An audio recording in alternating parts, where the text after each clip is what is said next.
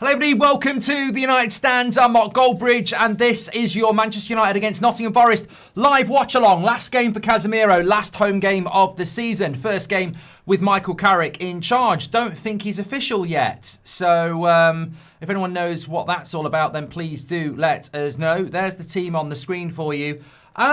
Look, what are your thoughts on this team? I mean, I don't know whether you saw Michael Carrick's word salad last night from his press conference. I mean, God, I don't know whether he's doing it on purpose. I'll read it out to you, but like every answer he gives now, it's sort of like you ask him a question, he starts answering it, he goes off somewhere else, and you end up in Scotland. I mean, you would not get into a car with Michael Carrick and say, please take me to the train station, Manchester Piccadilly, because you would end up in bloody Carlisle.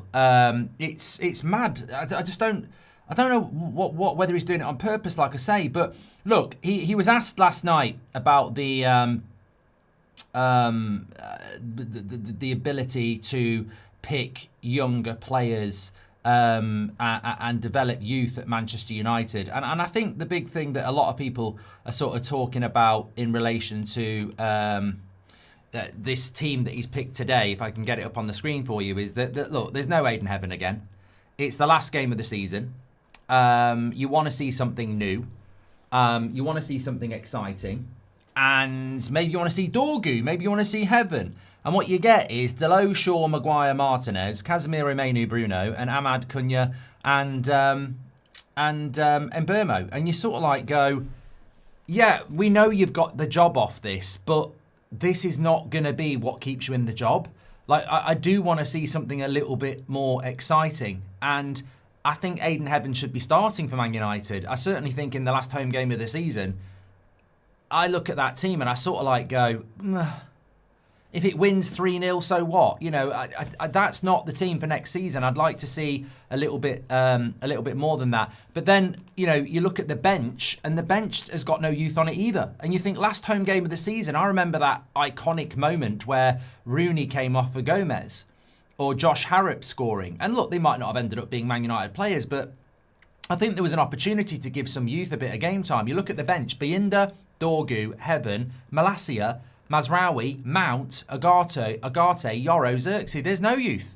There's no youth at all. And this is what he said. He was asked about whether youngsters will be getting game time in the last two matches. Now, get ready for the salad. It's something we'd love a lot, and not just regarding Lacey, but also the match is taking place tomorrow night for them. They'll be involved with them, and that's normal. Then the following week, before the match against Brighton, we'll reassess the situation. But it's important to finish the season on a high note. We have that responsibility. So we need to find the right balance. But it's important to me and to this club to try to give them the chance to show what they're capable of. So look, I think he's saying that there's a youth game. But that doesn't excuse not starting Aiden Heaven in my mind. So look, I just think like last game of the season, there was probably an opportunity. You're just about to get the job to go a little bit more exciting. It ain't that deep. Like, it ain't that deep, but we're fans and we're allowed opinions. He's got the job.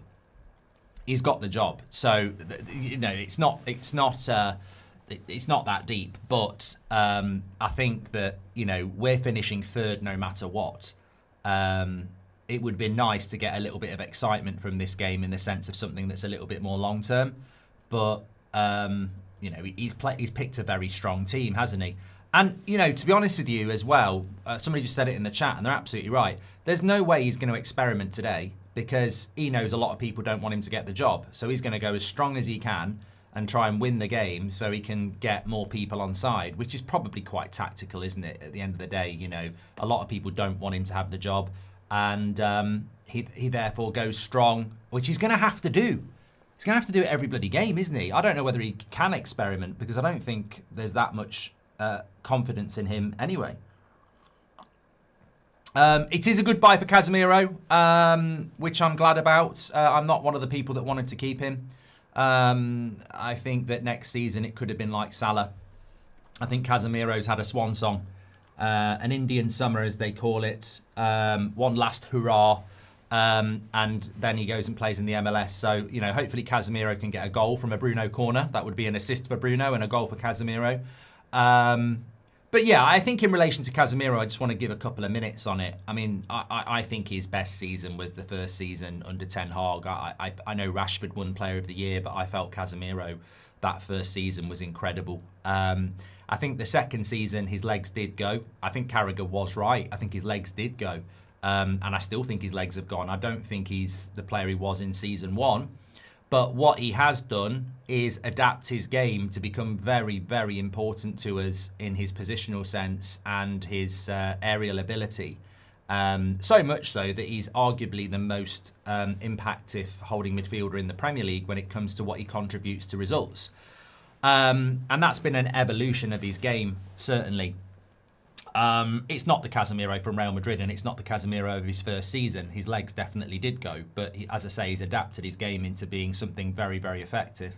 I think that I wouldn't have kept him another year, no. I think you have to move forward, and our midfield has always been the problem. I mean, this is Ten Hag's midfield, Mainu, Casemiro and Bruno, and, you know, that's 2 managers ago.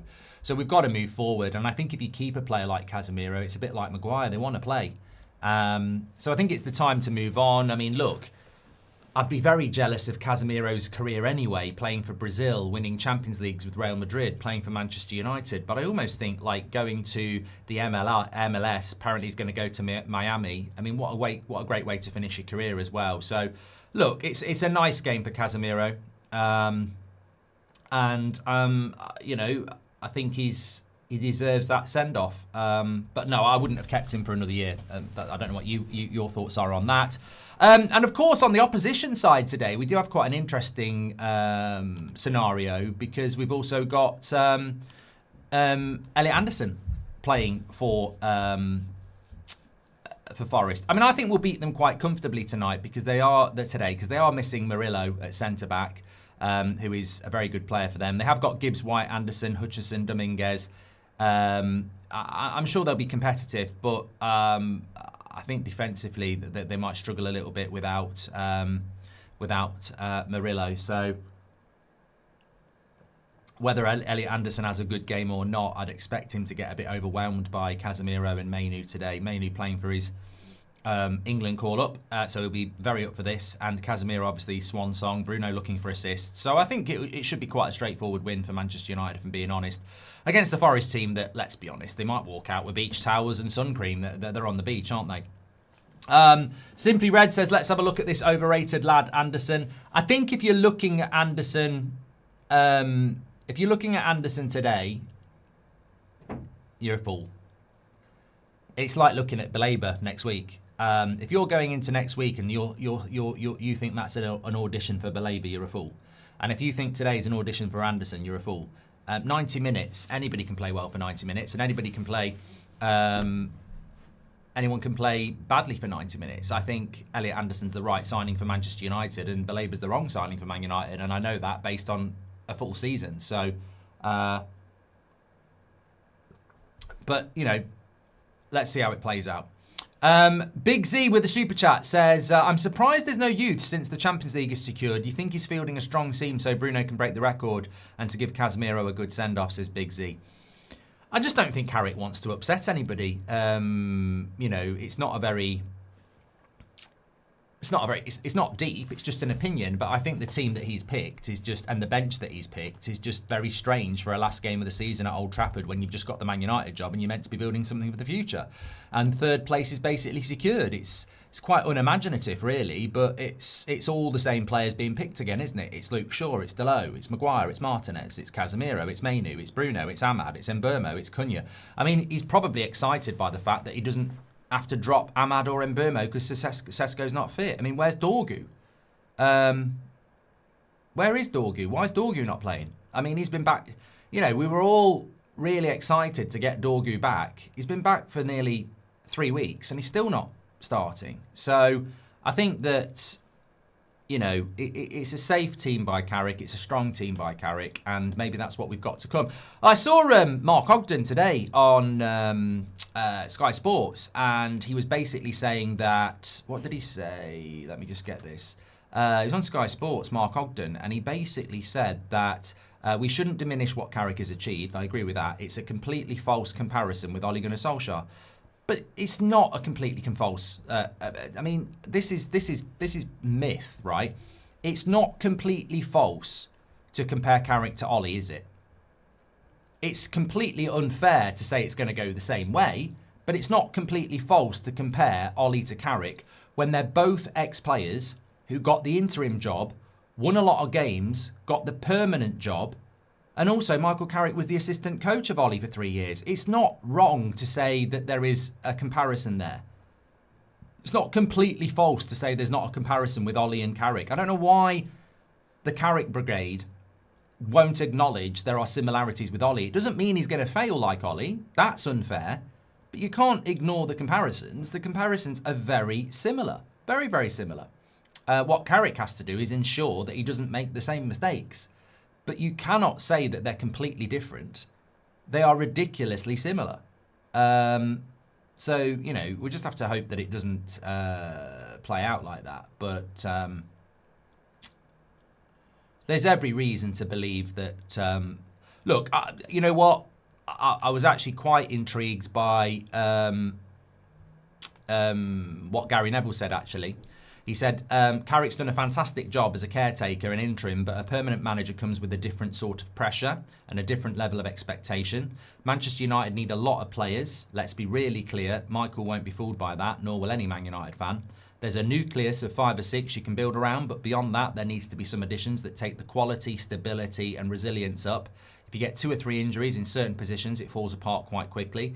So with the Champions League next season and all those games in midweek, they're going to need support. They need to support Michael in the summer, and I'm sure that's what their aim is. Where I disagree with Gary is we've already had from David Ornstein that we're going to be prudent in the summer transfer window. If we've only got a nucleus of 5 or 6 players, we need 7 or 8 players, and they're not going to buy 7 or 8 players. So, look, whether it's Michael Carrick or Luis Enrique or Julian Nagelsmann, it makes no difference. Like, we do need to buy 6, 7, 8 players, quality players, and the honest answer is we won't know until the start of next season. That's the thing I'm excited about now. I mean, I think Forest and Brighton win them both great, but the season's done. We've got Champions League football. Carrick's been given the job, so the season's done. It's about what we're going to do in the summer transfer window, because we can't walk into next season. We can't walk into next season with this squad. And you know, the nucleus: Harry Maguire, 33, Luke Shaw, injury prone, Bruno Fernandes. Okay, who's the nucleus? Who else? Martinez, injury prone. Cunha, out of position. Mbeumo, worrying last few months. Ahmad, disappeared this season. So there's a lot of work to do with that nucleus as well. I'm not fooled by that. 1, we need to buy a lot of players. And 2, the nucleus is playing 1 game a week, you know. So I think there's a lot of work to do this summer. And I don't actually think it's just about buying players either.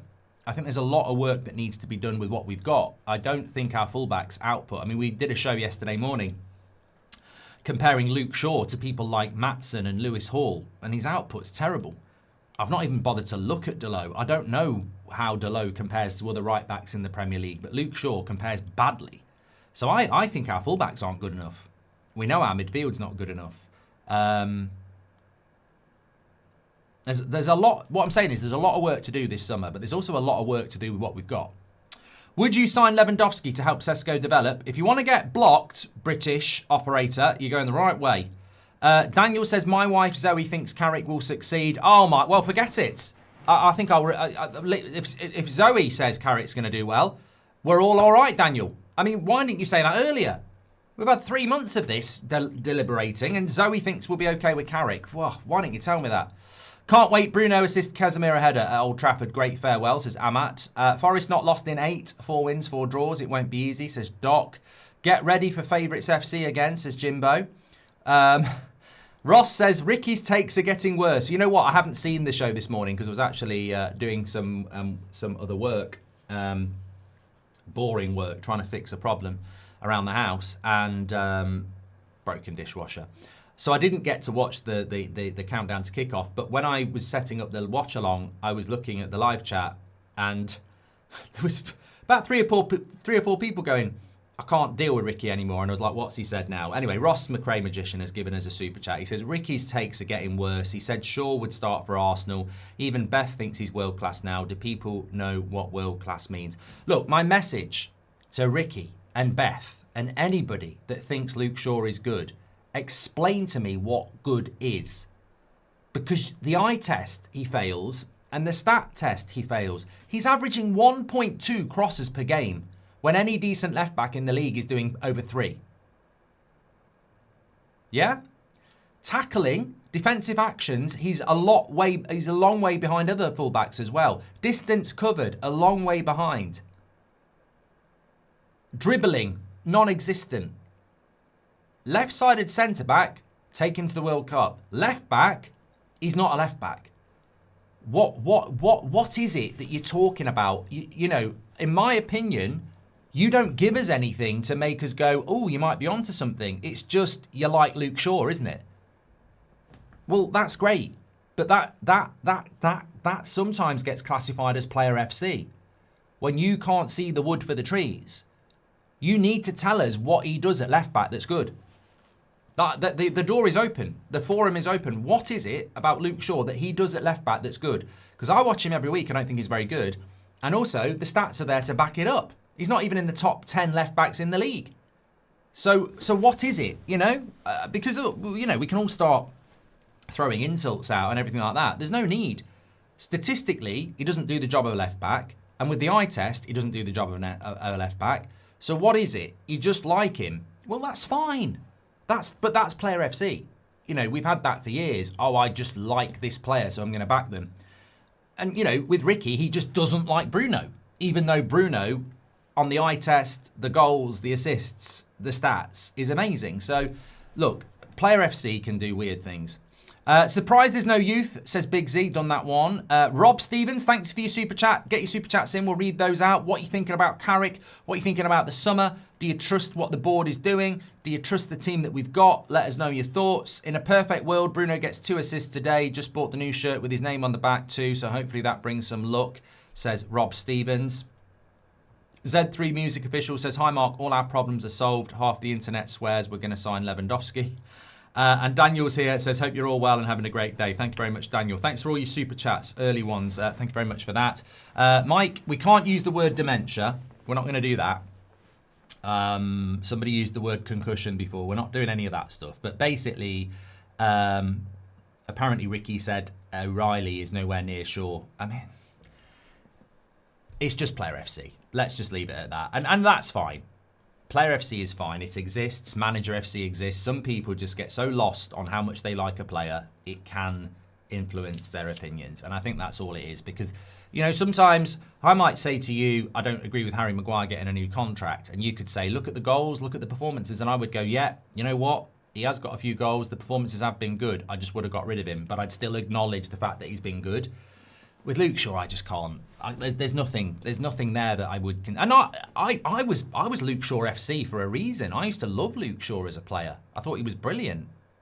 That's why my opinion is probably the truth. And I don't like saying that because I used to absolutely back Luke Shaw over anybody else. But no, he's not that player anymore. I don't do player FC. I don't do agenda. I just go, you know what? They're not that good anymore, you know? Le Mans hasn't been given enough credit this season. The amount of pressure on his shoulders because of 2 disasters he's followed is commendable. I think Le Mans has been brilliant, Sean, this season. I completely agree with you. It's a tough job and he's done it well. Lupus says, to be fair to Ahmad and Mbermo, they only dropped when we changed to a 4-3-3. They shone when we had them both on the right. Yep, I think Ahmad and Mbermo were good under Amarim. We need to get them good under Carrick. Flop says we need 2 fullbacks, 1 centre-back, a backup goalkeeper, 2 or 3 midfielders, 2 wingers and a backup strikers. Give it 4 years. And James says we've already made the top 4. Why aren't we playing any of the youth for this game? Look, somebody just said in the chat, why are you bothered about Aiden Heaven? I'm not bothered. I just would have picked him. I don't understand why we haven't picked him because I sort of think one of our best performances of the season was Chelsea away, where we kept a clean sheet. Now, we were a little bit lucky. They hit the bar twice, but defensively, that Chelsea performance was really good at Stamford Bridge. That's one of our best defensive performances this season with probably Liverpool. And that was Heaven and Mazraoui at centre-back. I watched us last week against Sunderland and we were shit. We were shit. Maguire and Martinez were poor. So I'm sort of looking at it and I'm going, if I'm Michael Carrick, I've got the perfect reason to start Aiden Heaven. You know, he's a young kid. He's growing. Like, the thing about youth is, right, if you play them, they learn, they get better. But players get to a point at some point where they can't learn anymore. They are what they are. So the potential is there. I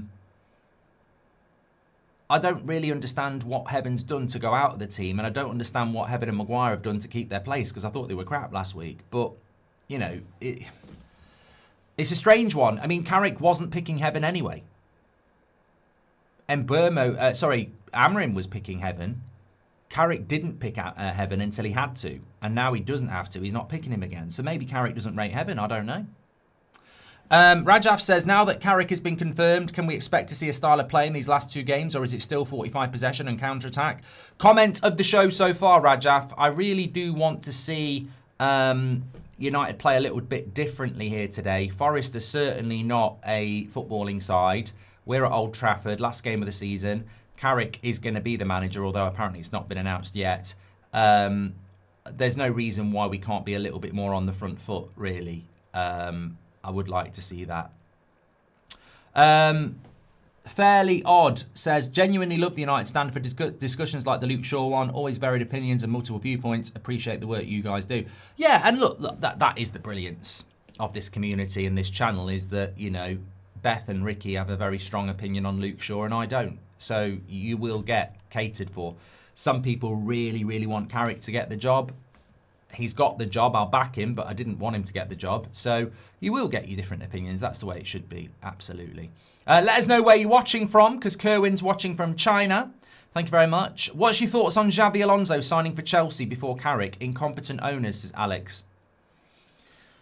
In relation to Carrick, I said it last night, there's clearly something with the... There's clearly something not quite right with the contract that, you know, you'd expect it to have been signed by now. I'm sure it will get signed, but, you know, Loughborough Uni, says Matt. What do I think about Xabi Alonso? Look, I think Chelsea fans demand top-class managers. If you look back at Chelsea over the years, Jose Mourinho, okay, he was from Porto, but he'd won the Champions League. VS Boas, he'd done well in Portugal. Ancelotti, Conte, Sarri, done well in Italy. Tuchel, you know, Mourinho again. Chelsea fans demand the best, and Xabi Alonso is probably the best available manager there is at the moment. Available. I mean, there will be more in the summer. And Iriola's available as well. Funnily enough, they interviewed him. But I think Chelsea almost tried the Carrick thing with Rosignol and it didn't work.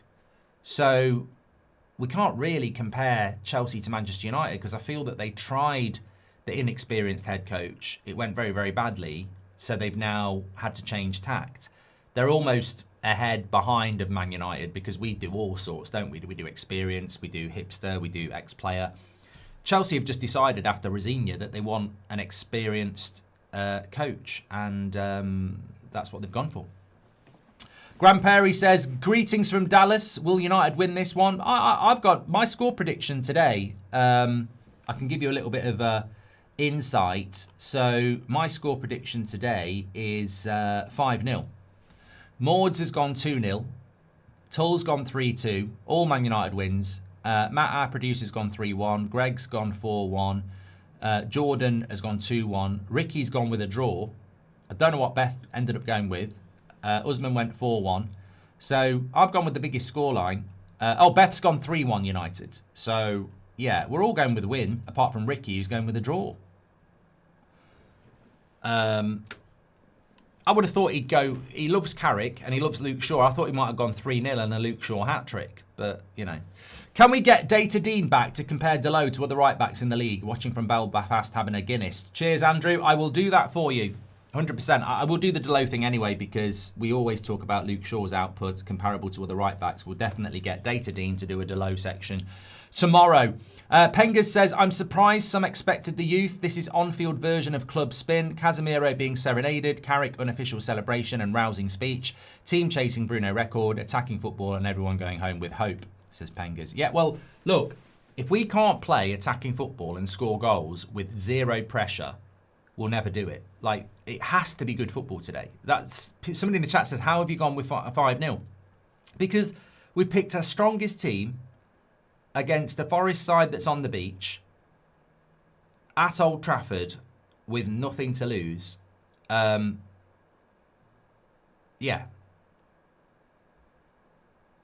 I can't see anything else other than a big win. Can we get... thank you very much. Done that one.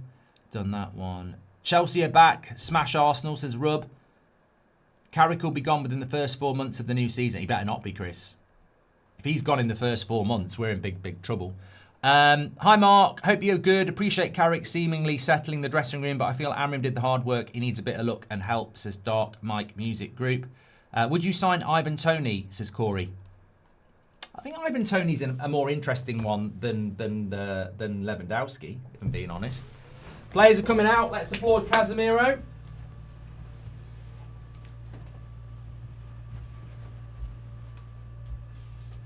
Be interesting to see as well. I mean, look, obviously, we have got a World Cup coming up. It doesn't seem to have impacted many of our players in a lazy way.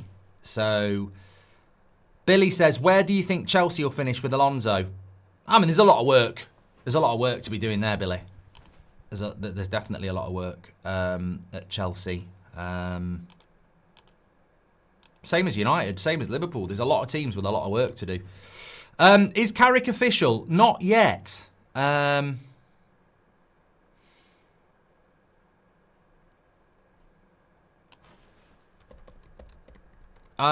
don't know why it's not official yet, but it's not official yet. Let me see if I can find anything.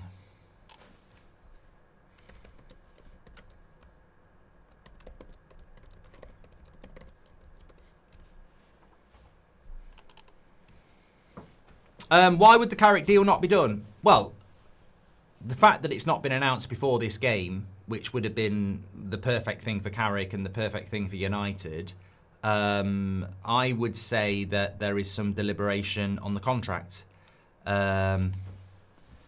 So, I mean, what could it be? I don't know. I'd be speculating, but realistically, that deal should have been done. And some people might say, well, maybe they're waiting till Monday morning. But I think it would have made a far bigger impact to announce it this morning. I don't think Monday morning really, you know, I think people want to wake up to transfer news tomorrow morning. I don't think they want to wake up to Carrick official because we all know he's going to get the job. So I think that maybe there's a little bit of deliberation around, you know, payouts, wages, contract length. Yeah, I don't know. I don't know. Look, because at the end of the day, if I'm Michael Carrick, I want to do the job really well, but I'm also aware that I'm going to be under massive pressure when the results go badly. And if I lose my job, I want a payout. So it could be something to do with that. I don't know. One and only says, come on, Coxie, Carrick and Shaw, hat trick, says one and only. Hope you're doing well.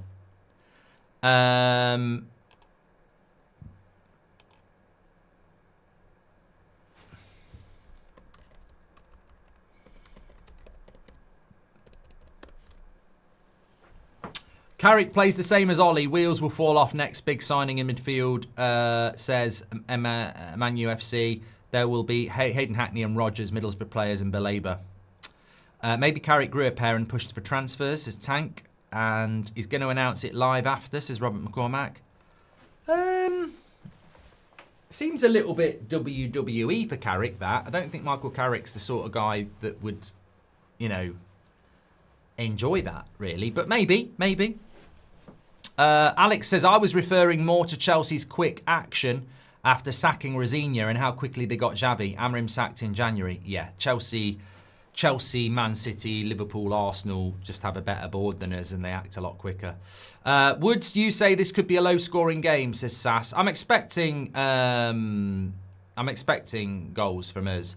Kev says, cheers for 59 months as a member. I hope character's good. We should have gone for an experienced manager, though. Thank you, pal. And where do you think Chelsea finishes with Alonso? Done that one.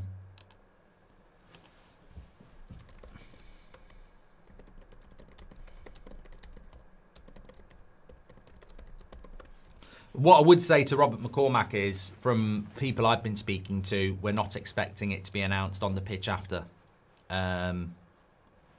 But, you know, we'll see. Thanks for all your super chats. Please do subscribe to the channel, by the way. I must just give a shout out to the United Stand, the biggest and best Manchester United fan community in the world because of you. We're up and running.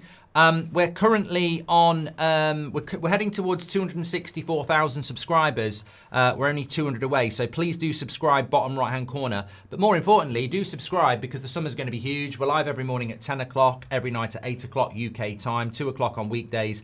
All the latest Man United news, transfer news, reactions, we go live. So get involved and have your say with us here on the United Stand if you are new.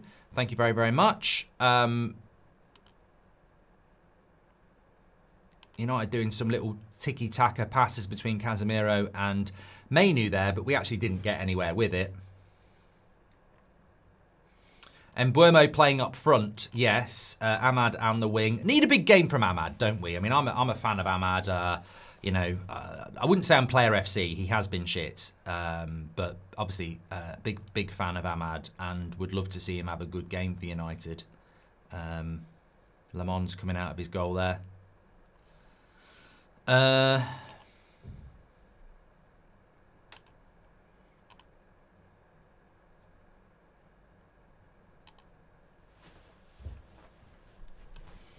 we'll want to start the game quick.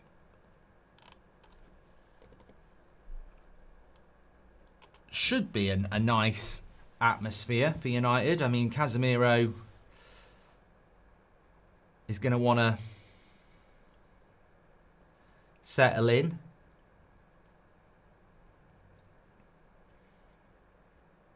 Wood up against Maguire. Should only be one winner there. Maguire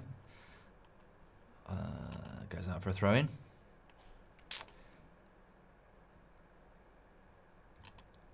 Yeah, Forest apparently have been unbeaten in their last few games. But obviously, I think they had a great result what day was it? Monday, because I was driving down to Baller League. Yeah, they had a great result at Chelsea last week, which basically kept them up. So, look, I think a lot of their results were about staying in the league. They are going to stay in the league now, so I expect a little bit of a different performance. Obviously, was it last Monday? Maybe it was the Monday before. It was the Monday before. It wasn't last Monday. They've had a game since, haven't they? They drew against Newcastle, that was right, last Sunday. What do you think about the new kit? Not for me. There's too much white in it, really. But look, you know, I'm not the target audience. I like this jumper. You know, that's what I like. I don't like the kit, if I'm being honest. But you know, some kits you do like, some kits you don't. I've seen that new rumoured blue kit. That looks quite nice. But yeah, I'm not a fan of this, to be honest. Will you be doing Newcastle West Ham? I am. I'm on That's Football Sol for that. Mazraoui says, any chance Elliot got goosebumps from this atmosphere compared to the crickets at Etihad and goes, I'm coming here? Could work, Mazraoui. Could work. Rob says, do you like the new kit? I've answered that. I'm also tearing up watching Casemiro, says Big Z. Nick P says, I like Casemiro, but the fact we are his end of career happy place and not the place that pushed him to his limits hurts. And should be at the game, but my flights got cancelled due to the war. I'm watching from Sydney. Go Reds, says Nick Stevens. Unlucky, pal. Love to see Man United win an early birthday gift, says Joe. Happy birthday, pal. I thought Luke Shaw was going to put a cross in there. I was going to faint. Had the chance to put a cross in, and Forest win the ball back. What a surprise. Hope you're well. If we only get 5 transfers this summer, it must be 3 midfielders, a striker, and a new director of football, says Andy. Thank you very much, Andy. Thanks for your super chat. So, steady first few minutes here. Martinez is just putting his boot back on. I think he got trodden on, but he looks okay.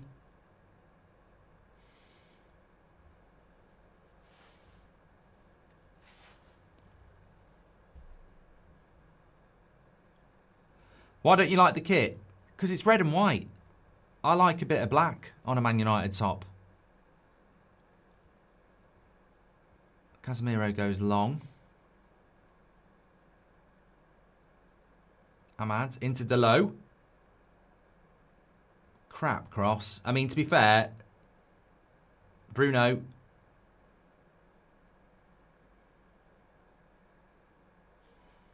Luke Shaw scored a goal! Oh my God! I will faint. Ricky's never gonna shut up. Luke Shaw scored a goal for Manchester United. He's buried it in the bottom corner. I've got to say, it was a really good goal. I don't think it counts as a Bruno assist.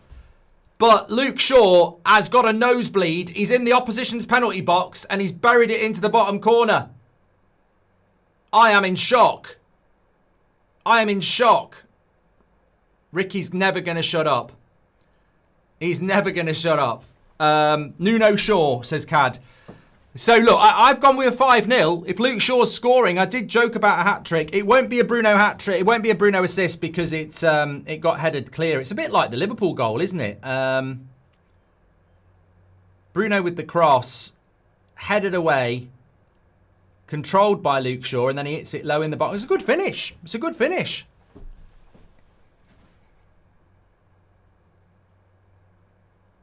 Took it down, hit it. That's a good finish. That is. It is a good finish. And there we go. Early goal for United.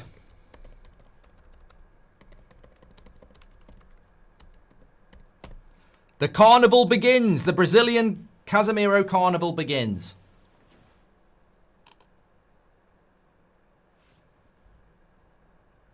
I did think, though, that long ball by Casemiro, the way Forest just let Bruno get it and didn't challenge for it, you can just tell it's... I said before they're on the beach, and you can tell it already. They're not going to put up much of a fight here. We've got to go for goals. Could be a few. JMR says Ricky's creaming right now. Pete the Meat says, in your opinion, given transfer price, wages, has Casemiro a good signing in final assessment? I mean, look, you're talking to somebody that was very excited when we signed Casemiro, and I think he had a really good first season. I'd say half of the time's been good, and half of the time's been, not to the standard. But he's on 350 grand a week. Like, has he been a 350 grand a week player? Probably not. But has he been a good signing? Yeah, I think so. Never going to hear the end of it now from Beth, says Irish Beckham. And I'm telling you now, Mark, pick a card. He could play till he's 36. I want to see my magic trick, says Nick. Oh, no. Patrick Lynch says Shaw puts Goldbridge in the mud. Yeah, but you know what? I guarantee you that's his first goal or assist in about a decade. And he's a left back. So, look, in fairness, he took it really, really well. It was a good goal. I'm not taking anything away from him. He was in the penalty box. He's got forward. He's finished it well. It's a good goal. But I still don't think he's very good. I'm not changing my opinion because he scored a good goal. I still don't think he's very good. And I'd be surprised if that's not... When was the last time Luke Shaw... When was the last time he scored a goal? So I'm not taking anything away. It's a good goal against, against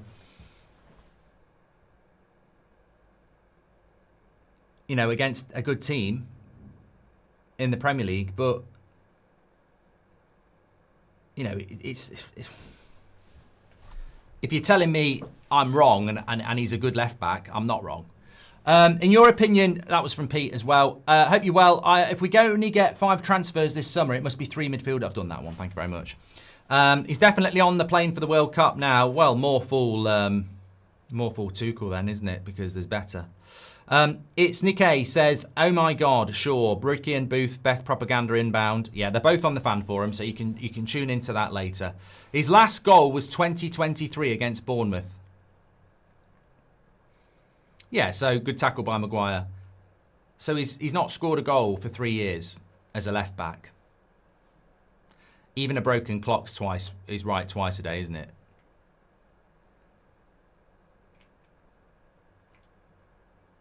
Cam says, I like the new kit.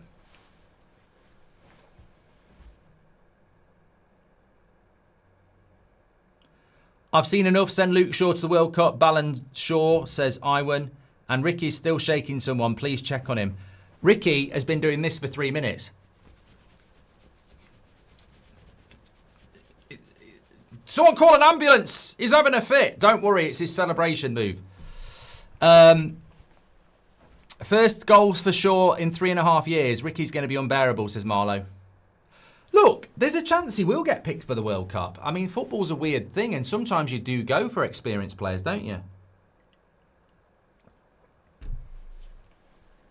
Cato says, Mark, you should be ashamed of your hatred for Shaw. You should be, Cato, you should be ashamed of yourself coming in here telling me that I hate something I don't hate.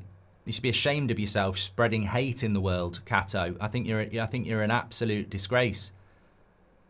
I don't hate anything. I just don't think Luke Shaw's a very good left back. It's not hate, mate. It's just an opinion that you don't like. Grow up. I've given credit. It was a good goal. I'd sell him tomorrow. What's wrong with that? The Luke Shaw redemption narrated by Ricky, says Hal Badger. Look, you might not be intelligent. You might not be very experienced. But Man United had a lad called Makeda who scored a goal against Aston Villa to help us win a title.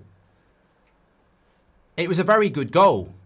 I didn't class him the next best Italian footballer since Vialli and say that United should give him a lifetime contract because I didn't actually think he was that good.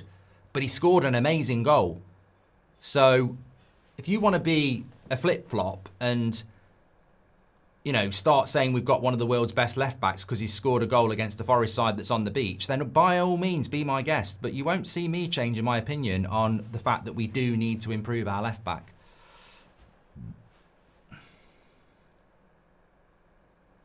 Max says, how have Chelsea got Alonso over Liverpool? It's mental. Because they want to keep Slot. Dermot Gallagher says, Shaw been the best left-back in Europe this season. Prove me wrong. Well, if you're the real Dermot Gallagher, I think I'll prove you wrong just in your name. And the Luke Shaw redemption, says Hal Badger, narrated by Ricky.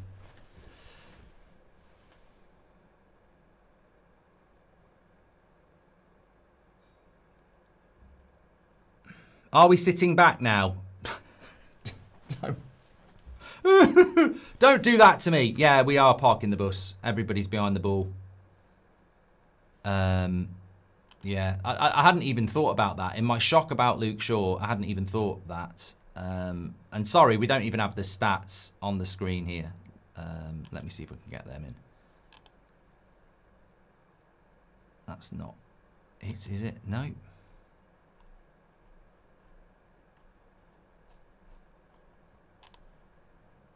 Let me find out.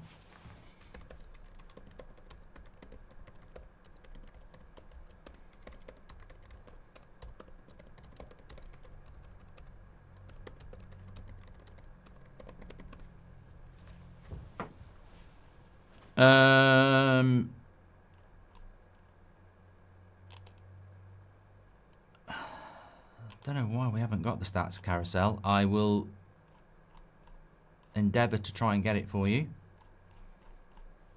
But where I can do is I can go United are on the attack here. Look at Luke Shaw. Look at him pushing forward for a World Cup place.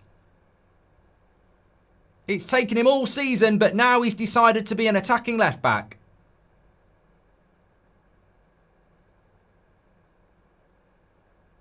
We could get 5 here today.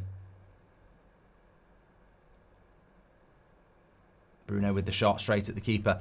Let me have a look here. Why have they not got stats either? I think everybody's banning their stats. Here we go, match stats. No, we've got 53% possession. And we've had one shot on target and one shot. And they've had none. So we're not sitting back.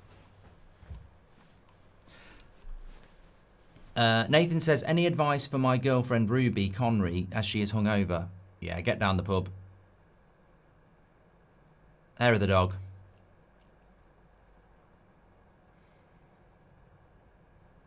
Queuing up here. Trying to get Casemiro a shot. I think they're desperately going to try and get Casemiro a goal, aren't they? Casemiro goal, Bruno assist. Oh my God, Wood up front on his own. He's so bad. They have got an attack here. Good tackle, Casemiro. Well done. Lissandro is an immovable object now, says Rahul.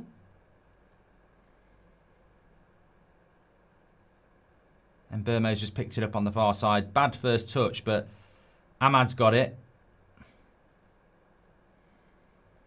To Bruno. And that's a bad ball by... Oh, it was Casemiro. I thought it was Cunha. It's hard to tell in this kit. Everyone's wearing long sleeves.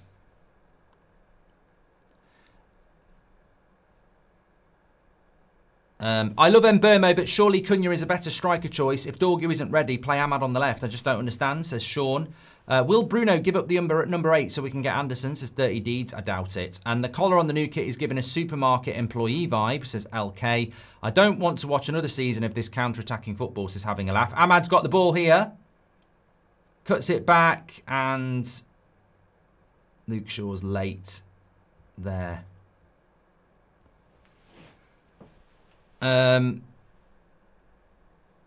Thoughts on the Eurovision last night, says Real Mr. Starfresh. I can't give you any thoughts because I didn't watch it.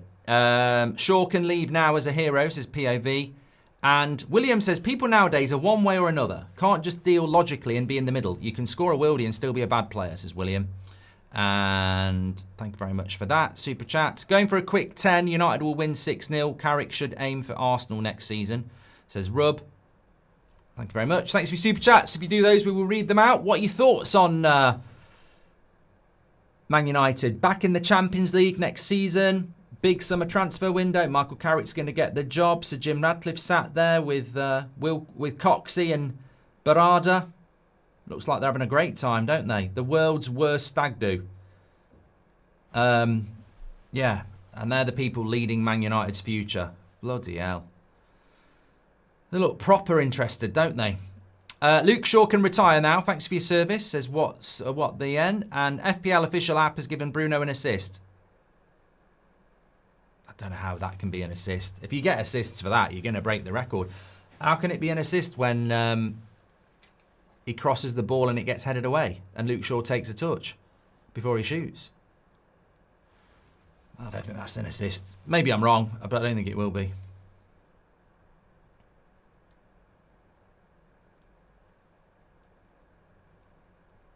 May 17th is Norway's Constitution Day, but I'd rather sit and watch football, says Nosk.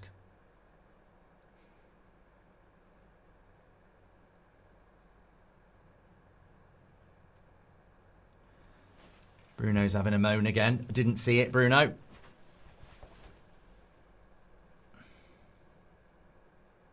Yeah, I don't think it'll be an assist for Bruno.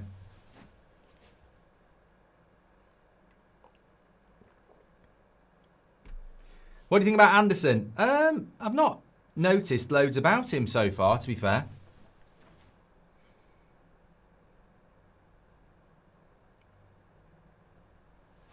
Wilcox looks constipated, Mark. And Arhan says, damn, Wilcox looks more dull than my grandmother that died last month. Harsh on your grandmother, that.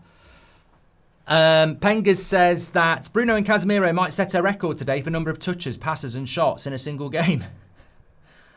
And Sir Jim Radcliffe said United would be top 4 with this squad, says Dreadnought. Oh, he's a legend, mate. He's an absolute legend. I mean, we're not worthy of the genius of Sir Jim Radcliffe. What a guy. I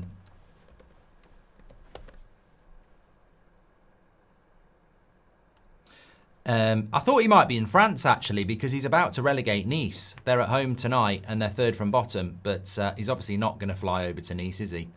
That's a failed project.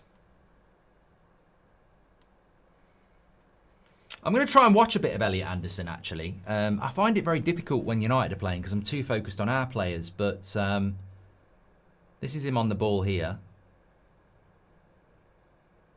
He does, I mean, he is playing a bit of a deeper role today, and obviously that's the role we'd be looking for him to play with Casemiro leaving. I mean, I think Elliot Anderson does have a lot to his game when it comes to going forward, but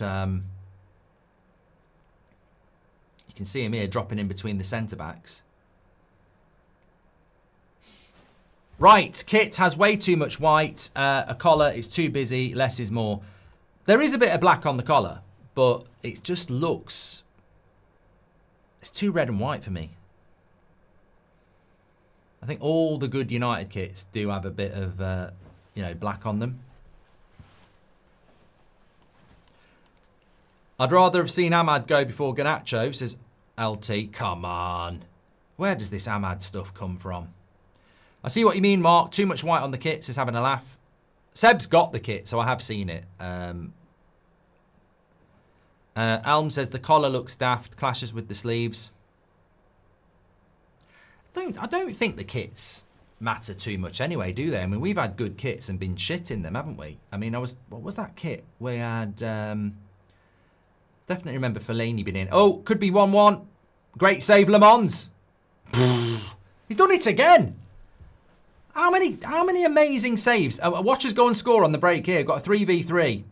Should have been 1-1. Actually, it's a 3v4. Cunha. Mbermo. Off the post. Cunha. Bruno. Cleared away. And wide by Casemiro. Unbelievable. We should have been 2-0 up with Mbermo. I don't know how he's missed. How many one-on-ones? How many goals has Le Mans stopped? I think it was offside anyway.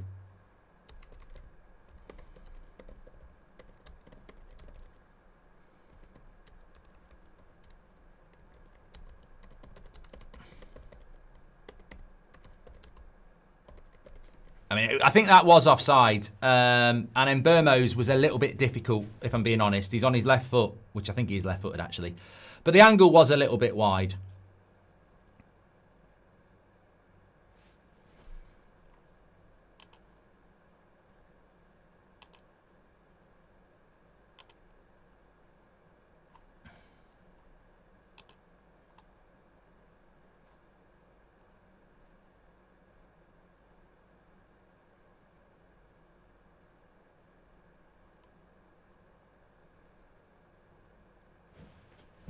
Here's Mbermo again, into Bruno. He's looking for the assist when he should have gone for the shot. Oh, it's funny. Like, he wants the record. And I hope he gets the record, because I think at times he's ignoring the shot. My first was in red. My future is here. I won't let you down. What am I? I'm your new manager. Carrick's end of season riddle, says Nick P. Thank you very much, Nick. Kit looks like Arsenal on TV, says Joshua. No, there's not that much white on it. Here's the Mbermo chance. Does well. Goes round the keeper and... probably should score, actually. FPL gave the assist to Bruno, but they have different methodology to Opta and are inconsistent. Yeah, but FPL's about points, isn't it, Jose? I think they like to give an assist because it's a game, isn't it? So they like to try and give an assist if they can. So you're probably right. Elm says, Mbermo couldn't hit a cow's arse with a cricket bat. I would hope you're not hitting cows' arses with cricket bats, because you'll have the RSPCA en route. Trust me, I did hypotheticals that I could beat a polar bear with a bow and arrow, and I got an email. So I find it incredible, because, like, where am I going to find a bow and arrow, and where am I going to find a fucking polar bear, and why am I going to go and try that out? I mean, I don't think polar bears come under the RSPCA's jurisdiction either. Good header away by Martinez. Corner.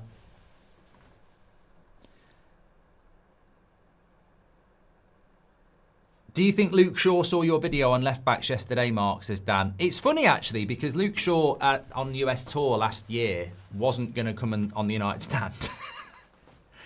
And then he realised Beth was doing the interview, and they said Beth's a big fan of yours, and he did it. But yeah, he obviously is fully aware of some of the criticism that he's had. But you know what?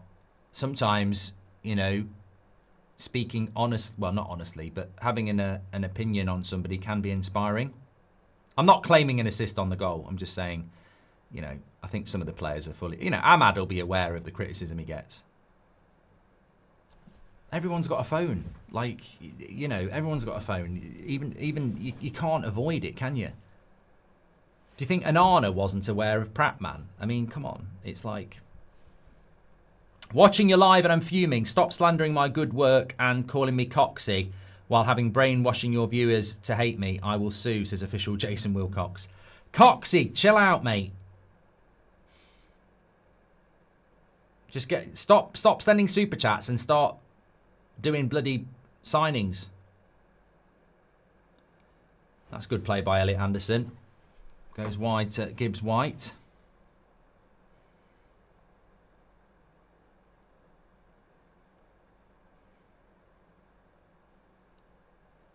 Doing well, pressing high, but once they bypass the first line, we compact behind the ball. Could be better with more pace in the midfield. I'm positive, says Dawson.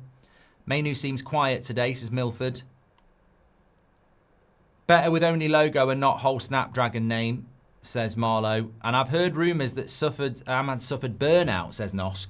He's hit a real wall, which means he couldn't play full matches, but now it seems like Ahmad's back in business. What, in the last 5 minutes? Because he wasn't very good last week. If that was offside, then Hearts should have won the SPL last night. Anyway, do you think we should sign 2 midfielders to replace Casemiro, says Andreas. Andre Anana says, I've seen enough, get rid of Le Mans. We need to sign 3 midfielders, mate. Not that many. Thanks for all your super chats. Bit of a celebration atmosphere at United today. Last game at Old Trafford, Casemiro's last game. United are 1-0 up. Luke Shaw's scored. It feels like a bit of a pre-season vibe. Forest are on the beach, of course. Their season's over. So, yeah, just a bit of a relaxing atmosphere today.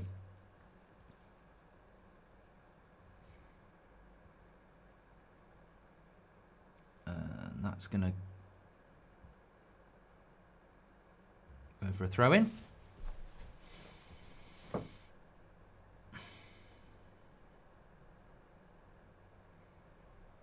I'm not looking forward to next season with this squad manager and style of play. I wish we could be excited, but I'm finding it difficult, says T-Biscuit. And Nikki says, I love Ahmad, but lately he coughs up the pearl more than an oyster with bronchitis.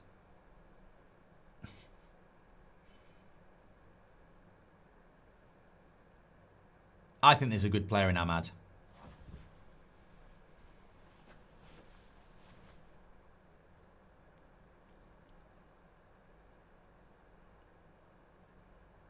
But look, we are a counter-attacking team. I mean, I think Gibbs White was going to be offside if he'd scored that goal, but obviously straight away, a bit like Everton, because it is effective. When teams attack us, we do counter very, very quickly. Bruno loves it, of course. And then you've got pace with people like Mbeumo.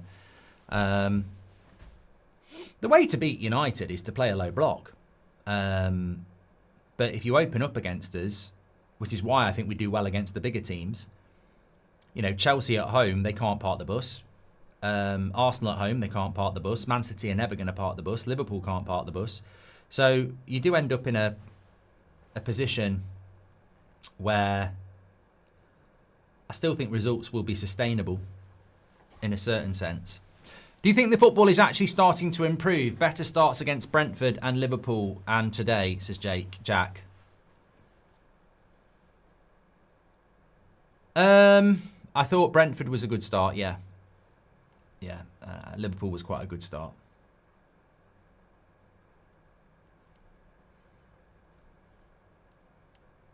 I mean, possession has gone down to 50-50 now.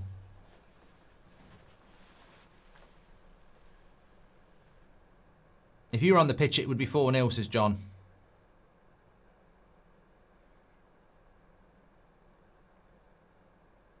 Another foul there, this time on Ahmad.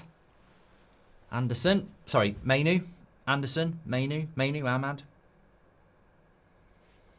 Thanks everybody who's tuning in, by the way. We've got nearly 30,000. Please do share the video. Get involved with United Stand. Yes, Ineos owns Nice.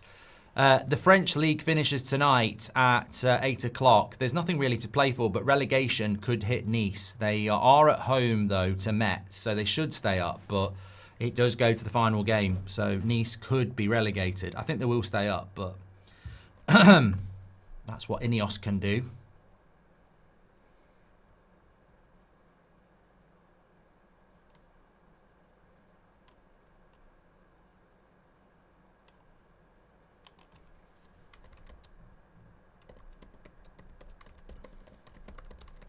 When do you think United will make their first signing? Well, as I said on one of the morning shows this week, what we were told is that they're going to make a big signing before the World Cup. Now, that gets me excited because Elliot Anderson, I think, will make his decision before the World Cup, and I think it's in Forest's interest that he does. Good football there between Mainu and Delo. Obviously, some people might think it's Baleba. I don't know whether Baleba would happen before the World Cup. I think a lot of people think Baleba can happen before the World Cup. But I don't think that Baleba necessarily will happen before the World Cup because... Shoot, Bruno! Yes, that wasn't an assist. He was right to shoot there. I don't think Baleba will happen before the World Cup because I don't think we're going to agree on the price. So I still think it could be Elliot Anderson. I'm one of the only people in the world who thinks we're signing Elliot Anderson, but I was told we're going to make a big signing before the World Cup, a statement signing, and some people think it's Baleba, but Brighton will haggle on the price. It'll be. I think Baleba might be a little bit like Cunha, not Cunha, Mbeumo, where at the start of June we're in talks, but it might take 6 weeks to agree on the fee. So I don't think Baleba would happen before the World Cup. Even today, it's boring and 50% possession, says Marlowe. Heart of United has been a member for 27 months. You're a legend. And Nug says, it looks like an Arsenal kit with black socks on TV. I'd say Arsenal kit's a bit whiter than that. Well done, Elliot Anderson there. Very, very good. I mean, I'll tell you what, you'd notice that.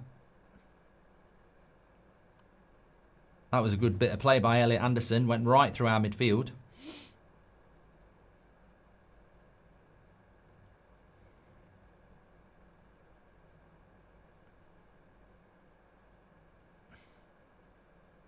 Delo fouls Gibbs White. Looks like an Arsenal kit with black socks, thank you. Do you know when the Premier League schedule comes out for next season, says Jop? Middle of June. Middle of June. Yeah. Who's been our best player so far? I think Bruno's done okay. Casemiro's done okay. Luke Shaw's obviously done well because he scored. Probably Luke Shaw. Probably would say Luke Shaw's man of the match at the moment because it's the difference, isn't it? Nice. Nice are 8 points clear from relegation, Mark. Well, they weren't last week.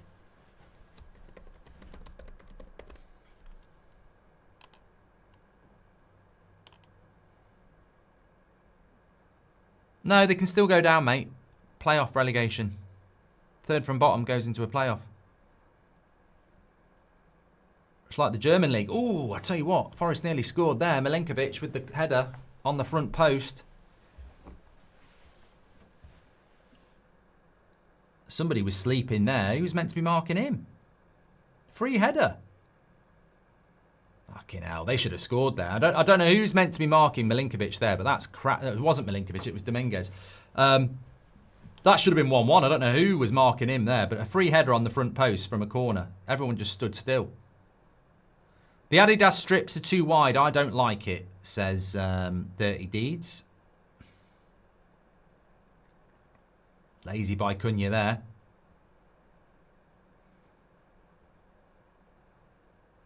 Elliot Anderson's just gone down injured here.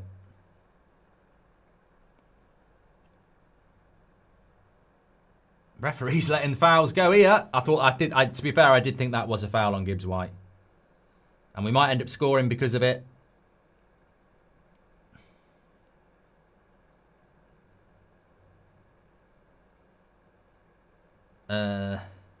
Duke says, I didn't know that. Apologies. We need more low shots. Remember you talking about it 2 years ago, says Island Boy. I don't remember talking about that. I mean, I talk a lot. I don't remember that. Why would I say we need more low shots? Oh, yes. I remember what it was all about. I think it was Liverpool under Klopp used to score a lot of goals with low, accurate shots. I mean, our goal contributions haven't been that bad. You know, our goals this season haven't been bad. We do tend to score most games.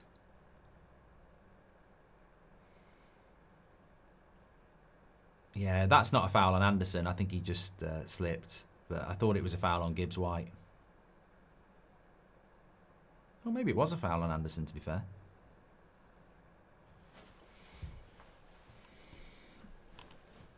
Thanks everybody who's tuning in. Thanks for all your super chats as well. We have got an 8 o'clock show for you tonight because I've sort of moved into that era of, yeah, there's a match reaction, there's player ratings, and there's a fan forum. But the thing that I'm focused on now is the transfer market. You know, we've got third place. We've got Champions League football. And you see the backspin on that pass by Martinez then. I think Milinkovic, their centre-back, thought the ball was going to come through to him, and the ball just died. You've got to give Martinez credit there, the way he killed that pass. Deliberate or not, I don't know.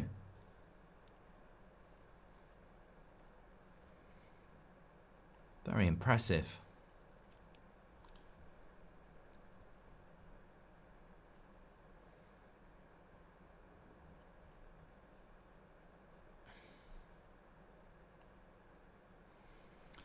We've seen it all, we've won a lot, we're Man United and we're never gonna stop.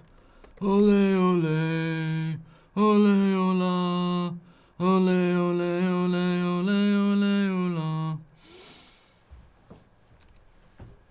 That song forever reminds me now of that bloody Europa League final. Good play by Bruno there, very quick. Refs letting a lot go. To be honest, I do like a game of football where they let it flow. Oh, lovely play by Gibbs-White. Well in by Maguire.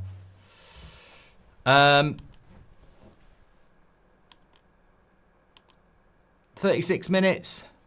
Napoli trigger the 44 million buy clause to sign Rasmus Højlund on a permanent deal from Man United. All done with Champions League qualification. Never a doubt. Napoli very happy with Rasmus. Man United receive 44 obligation after 6 million in loan fee. That's from Fabrizio Romano about 6 minutes ago. United are on the attack again. Ahmad. Bruno wants the overlap pass so he can go for the assist. I genuinely think this assist thing on Bruno is getting in his head a little bit there, because I'm not sure in that position he does that. I think he's always looking for the assist. You can't blame him, but I think... Well, he's not even taking the corner, and Burmo is, so this could be Casemiro or Maguire. Belaber's better than Anderson, says Keel. Shut up. Breaking from Romano, Mark. Yeah, I've just covered that, Harvard. Thank you very much for the heads up. Cunha is so inconsistent and frustrating, says Marlowe. Let me just see this corner, because you've got Maguire and Casemiro here. Good goalkeeping. Martinez with the block. Wanted a handball. Martinez with the shot. Yeah, I think opinions on Anderson, says Ed. I think he's had a good game, you know.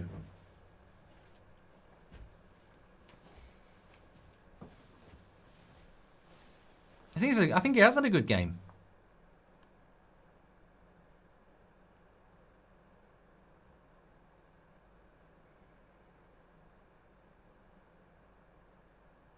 He's a good player, Anderson, but as I said, I wouldn't be judging Anderson on today.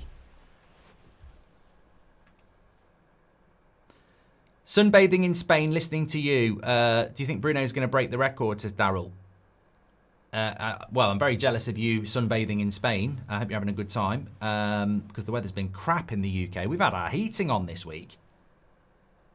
But, yeah, I do think Bruno will break the record. But he just needs to... It's obviously on his head. It's obviously in his head, isn't it? And, you know, but I think he will. I think he will do it. Are you more convinced by the new Champions League format, says Verda? I like the new Champions League format. Thanks for your super chats, by the way. I think I've caught up on them. I'm very excited about United being in it. And, you know, the great thing is that normally maybe you want to avoid big teams. But I actually want us to get like Bayern Munich or PSG or Real Madrid. That's the exciting thing about that format. Because you play 8 games, you actually quite like getting 2 or 3 big teams because, you know, let's be honest, we're probably not going to win it. Chris, KR Sis says, with all due respect, Delo is shit.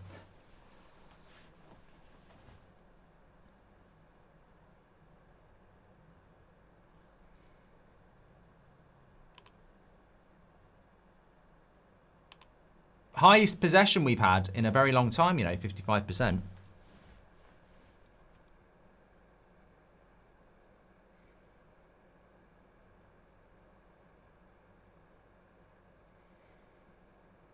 I don't think Forest are a particularly high possession team, though. I don't know. Greatest coach, Pep or Sir Alex? Get out! Get out, Milford!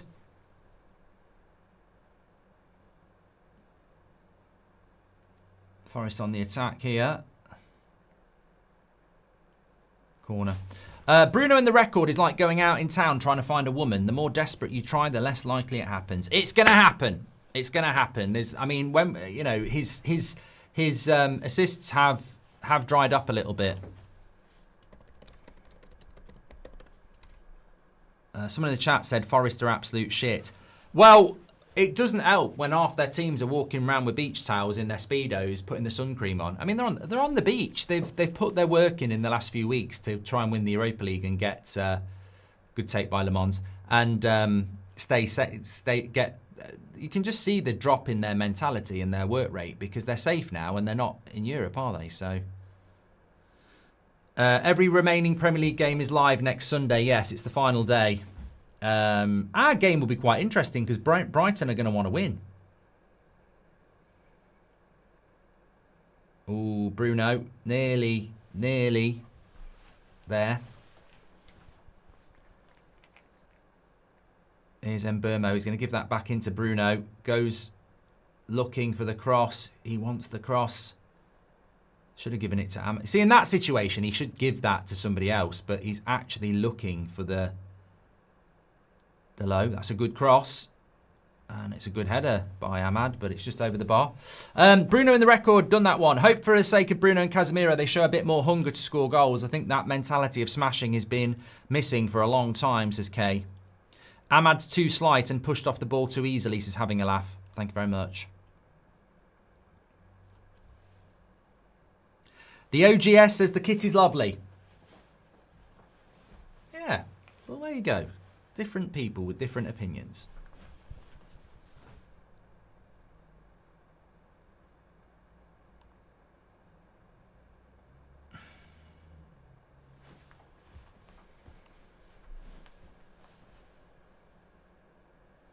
Oh, God, just going to have a little stretch on the back. I'm still here.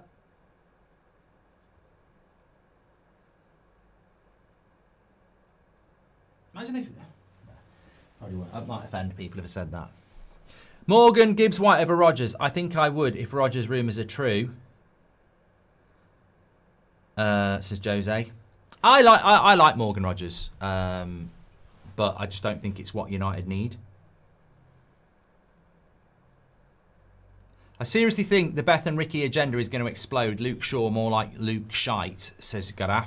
Boring football. Is this Carrick ball, says Brad.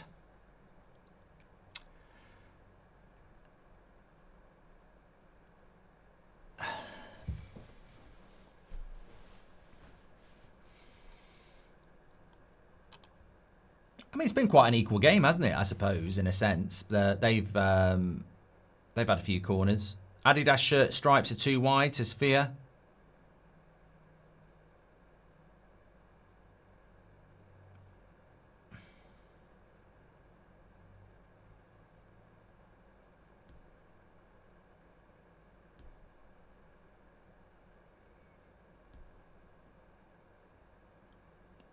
What's the ref making a big deal out of this for?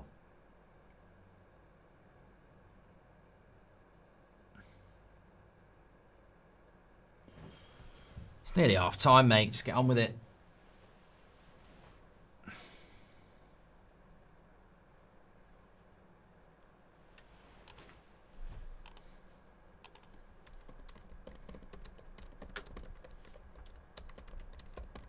I'm actually glad this game's early. Don't normally get a 12:30 kickoff, but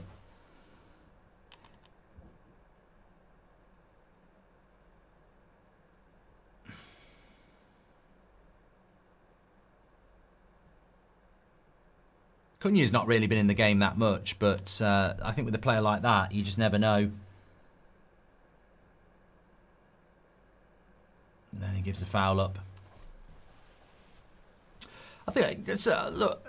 I think Marlowe mentioned it about Cunha. I think the problem with Cunha is he's playing out of position, and I do think he gets judged a lot on that position. But he is playing out of position. I think he gets judged as a player, but you know, like if Bruno was playing on the wing and he was playing shit, people say, "Oh, Bruno's playing shit," but you would be able to say he's playing on the wing. I don't. I think Cunha would be better up front. I think you'd be better off with Cunha up front and Ahmad on the left and then Burmo on the right. I don't like him on the. I don't like him on the wing. Are you going to bring career mode back? I am tempted to bring career mode back. You know, I'm tempted. Not bringing it back now. Lynn says the pace is like a friendly match. Show more passion and urgency for Casemiro, Bruno, and the fans. Okay, that is half time. Luke Shaw's the difference, in a good way. Let me take that down. Right, I'm gonna rest me back and have a sit down. Give me your thoughts on that at half time. Look, if I'm being completely honest with you, I just want to get on with the summer transfer window and building for next season. We've got third place. He's got the job. You know, we've scored a goal. We're winning 1-0. It's not been the best performance. It's a good result. We've seen this movie before. We've been seeing it since January. I really want to see the next stage now. You know, ultimately, you can't have any complaints. We're winning the game 1-0 and we look quite comfortable. But it's not scintillating. It's not something I can look at and go, we're all right in the future. I just want to get this season done and start buying players so I know what we're going to do next season, because there's so many questions, isn't there? But look, as I say, third place is done. Michael Carrick's the manager next season. So the debate about whether he should get the job or whether this football's good enough is irrelevant. You know, he's going to get the job. So I just want to, I want to move forward now and see what's going to happen, because I can still see, you know, when you look at the stats there at half time, I can still see the whole, you know, we're not dominating them, are we? It's another team at Old Trafford that's come and had, you know, 4 corners, 4 shots, and, you know, been in the game, same amount of passes. You know, our pass accuracy's been a lot better today. 90% is a lot higher than it has been. And 51% possession is higher than it normally is as well. And we've had 10 shots. So a lot of those things are higher today. You know, I'll acknowledge that. But turn the timer off. You know, I think there's a lot. I think the things that sort of I'll throw out there that might be relevant. Cunha on the left wing. I was talking about it towards the end of the half. Cunha on the left wing, he's out of position. Mbeumo up front, he's out of position. Ahmad on the wing, he's out of form. Bruno is looking for that assist. Casemiro is looking for a goal. Mainu has been a bit quiet today. Maguire and Martinez, they do a good job. Luke Shaw's probably best player on the pitch. Delot is Delot. Lamons makes a big save one-on-one. All these things we know. I don't know whether any of them are sustainable for next season. So I think that, you know, credit to the results so far and what they've achieved. But I think we're all in that position now where we're sort of like, I don't think this is going to work next season, so let's see what the plan is for next season. There's certainly no intention to play a different brand of football. I mean, that football is exactly what we've seen for 3 months under Steve Holland and Carrick. He's not like gone, I've got the job, let's play a little bit freer. It's the last game at Old Trafford. Let's send them off with a bit of a thought for the summer. Nothing is different to the way that we're playing football. Whether we'll play different football next season or not, I sort of hope we will. But Soda Streams are back. Oh, I used to love Soda Stream, but then it's fizzy drink, isn't it? But yeah, I think ultimately you just can't knock the results. It's 1-0, isn't it? You know, Forest are unbeaten in their last 6, so. Yeah, you can't complain about the result, and that's all that matters. But I think the season's over, isn't it? And my mindset is very much on, who we're talking to about transfers and stuff now. That's just where my excitement is. I can't lie about that. My excitement is not necessarily in watching these next 2 games and going, ooh. I mean, if we go and win the game 5-0 and we see a really great performance, that's great. But we this is United at the moment, and yeah. I feel like Anderson is trying to do more than he normally does to be seen by the fans and Carrick. Preview of what we're getting next season. Mizzo, I think Elliot Anderson's played really well. In a team that's on the beach, I think he has stood out as somebody that is sending a message. Now, you know me, I think we're signing Elliot Anderson before the World Cup. And I thought he played really well in that half. There was a couple of times where he really drove through the midfield. And Casemiro, people forget. I think some people think Mainu and Anderson can't do it together. And I think sometimes I think Mainu and Anderson can't do it together. But then watching him today, dropping in between the centre-backs, driving forward. Casemiro does drive forward in our team. I mean, he had that chance, didn't he, where he passed it wide after Mbeumo hit the post. So... I do think he's had a good game, but you shouldn't be judging Elliot Anderson on one game anyway. He's had a very good season. Mark, play football like 2026, not FIFA. If you know, you know. Also, I agree with you on the state of United at the moment, says Stephen. Thanks for your super chat, Stephen. Fear Fam says, you moan about Carrick, but he's had no signings and he's working with players you wanted out of the club, says Fear Fam. I'm not moaning about Carrick. Michael Carrick's got the job now. I'm saying I just want to get on with the summer and see what we're building. So don't put words into my mouth because I'm not moaning about Carrick. He's got the job. I hope it's going to go well. It's all about what we're doing this summer, isn't it? And what we do next season. I really think we're not playing that bad. Bruno obviously thinking about the assist record and not playing naturally. A bit more positive, says Dawald. It's a good finish by Luke Shaw, the way he's drove it into the bottom corner, just showing it again. It's a really good finish. Somebody said, was there an element of handball to it? Not really. I think we need to stop being so critical of our players when they go through a bad patch like Ahmad and Cunha and Mbeumo, but to each their own. Also, did you ever find Derek real end of the season game vibes, says Island Boy Trucker.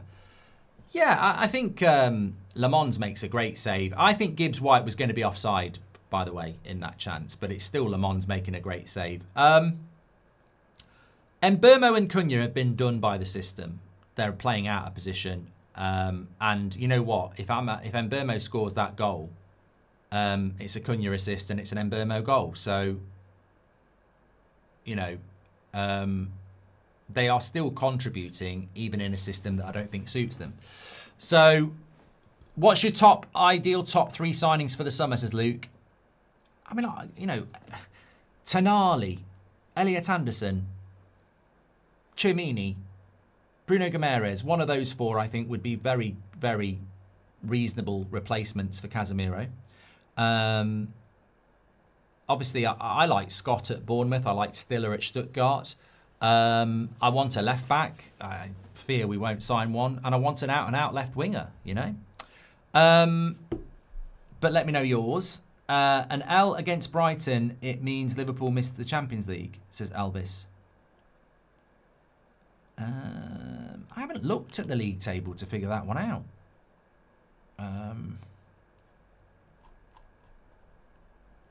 Let's have a look. So, as things stand, Liverpool are on 58. Brighton, if they win today, go 56. Bournemouth would need to get something against Man City. I'd lose to Brighton to knock Liverpool out of the Champions League. I mean, we've got third place no matter what. A lot of things would need to happen, though. Brentford would need to beat Liverpool last game of the season at Anfield. Is the kit not official because there's no Champions League badge on it, says Mr. Nin. It is official. You can get the new kit. 2 to 3 games a week playing like this. Excellent, says T-Biscuit. And Fritz says, Liverpool lose to Brentford and Brighton beat Leeds and we lose to Brighton on the final day equals Liverpool Europa. Pray with me, chat. Could happen. And Max says, do you think they will try to make rules about the WrestleMania during the corners? It was really bad this year. I hope so. Carrick Inner's just final score, in my opinion, says Jacob. You missed my last super chat, Mark, says Marlo. I'll go back. Do you think we'll see any changes in the second half? Well, there's no kids there. Cunha and Mbeumo are wasted under Carrick, says Marlow United. We have once again chosen to accommodate Bruno to the detriment of the rest of the team and good football. What are your thoughts? What are your thoughts on that? Ross McRae Magician says, wearing next season's kit already sums up the board. And Brad Lowe says, I only care about Bruno breaking the record. Pistol says, Alonso was available and we went for Carrick. Wow. And Tubby says, hi man, hey man, is this the reason you're confident on Anderson? Because hearing things from your top sources just feels like all the journos feel he's going to City, says Tubby. I always felt, look, there's a certain source that has always kept this door open with Anderson. We've also said all season that he's our priority. We have qualified for the Champions League. He would go straight into the team. We are Manchester United. And I just feel we'll sign him. I mean, I might be completely naive, but I just feel that we will sign him. We are going through the motions. United 2008 to 13 would never do that. Every game 100% effort, says Sirius. And Orstick has gifted 5 memberships. So if you've got a badge in the chat, thanks to Orstick. Thank you very much. Rich needs to go to the toilet. Snyder says, random, but any chance you could host SNL UK? Feel you would be a proper talent on there. I don't know what it is. Anderson, Stiller and Tchouaméni, Dreamland. You are dreaming, Nick. Yeah, you are dreaming. I'd rather defeat Liverpool in a Champions League final, says Toad Kane. Thank you very much for that. Thanks everybody's tuning in. Please do subscribe to the channel, by the way, because we are very, very close to 264,000. We are currently only 100 away. So bottom right-hand corner, click and subscribe. We're live every morning at 10 o'clock on the United Stand, which is this channel. We're live every night at 8 o'clock, and I will be live at 8 o'clock tonight. Loads of transfer conversations to be coming up over the summer. Get involved with the United Stand. Be part of the biggest and best United community. You're all very, very welcome, and thanks everyone for tuning in this lunchtime, because it does have a bit of a carnival atmosphere to it. There's no jeopardy for Manchester United. Forest are on the beach with the sun cream on. Elliot Anderson looks like he's the only player that's, really giving a shit, and that's probably for his own reasons. And United are chasing probably a Casemiro goal and a Bruno assist. So it is a little bit... and Carrick's unwilling to change the team at all and give any youth any time because he just wants to keep winning games. So it's a little bit of one of those, but enjoyable.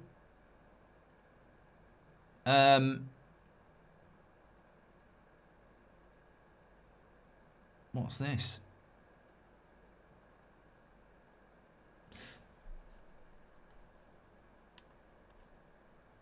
I can't wait for the summer to see who United sign and love the videos. I'm with you, Ben. I'm just waiting for the summer now.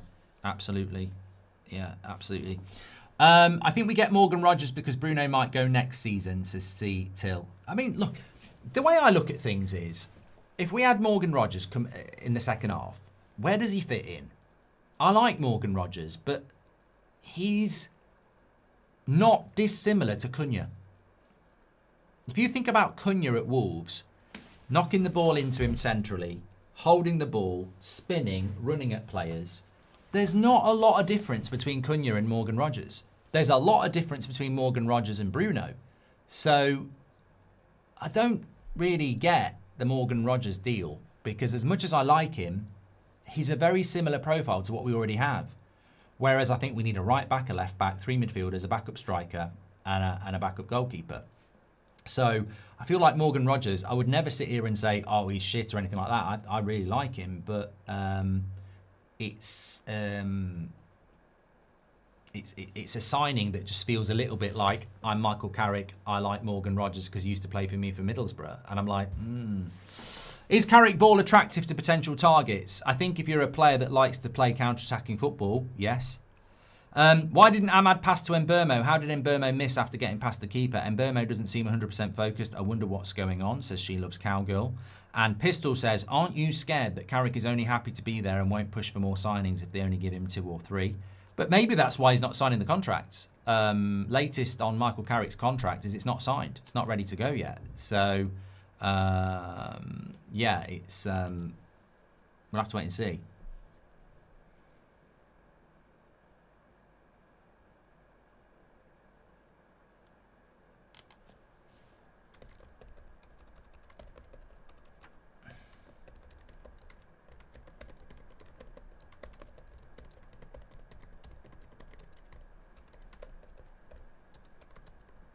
Players coming out for the second half.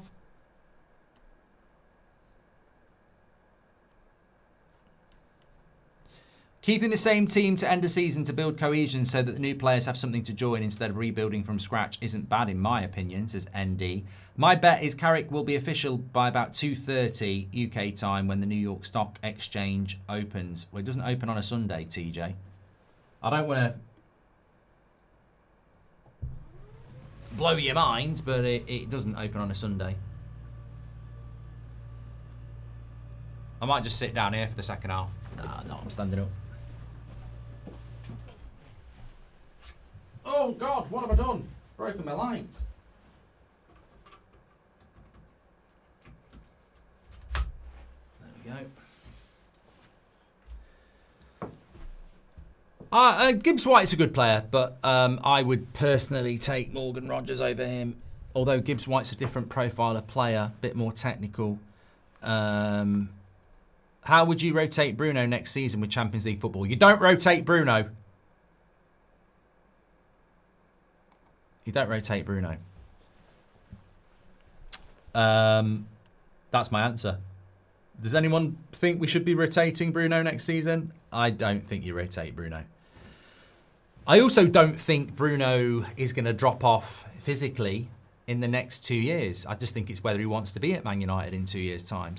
Gummy says, how many players in the world could honestly replace Bruno's creative genius? People who want him to go have no clue.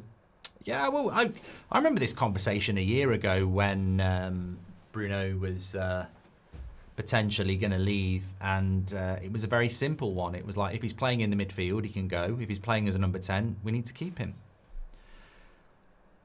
Connor says, do you think if we get a good few signings, United could be up on the come up again? When do you think we will start hearing more credible transfer news? Says Connor. I think we will have. I think we will. I think it will be a busy summer of news. What I can't tell you is how many signings we're going to make. Cut it back for Bruno. Oh, Mbeumo, what a miss! That is a miss and a half, that is. He couldn't finish his dinner. That is absolutely terrible. It's a lovely ball by Luke Shaw to get Cunha in. Cunha's cross is overhit, but Ahmad keeps it in. He cuts it back to Mbeumo, and, I mean, no. No. I mean, that's an incredible miss. I'm sorry. The first half one was... he should have scored. That one, he has to score. And he puts it over the bar. He shouldn't be playing up front. He shouldn't be playing up front. If he can't score goals, he shouldn't be playing up front. I mean, if Sesko gets injured next season, we need a bloody striker. As a winger, fine. But... I know it's delusional, but what do you think? Bring Rashford back left wing, Cunha centre forward, Mbeumo right wing, Ahmad to float, sign Anderson and 2 new fullbacks. No, I don't think we'll be bringing Rashford back, Luke. I mean, Rashford could do a job, but I don't think it's right for him or for us.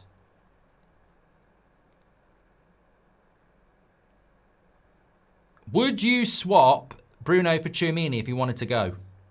No.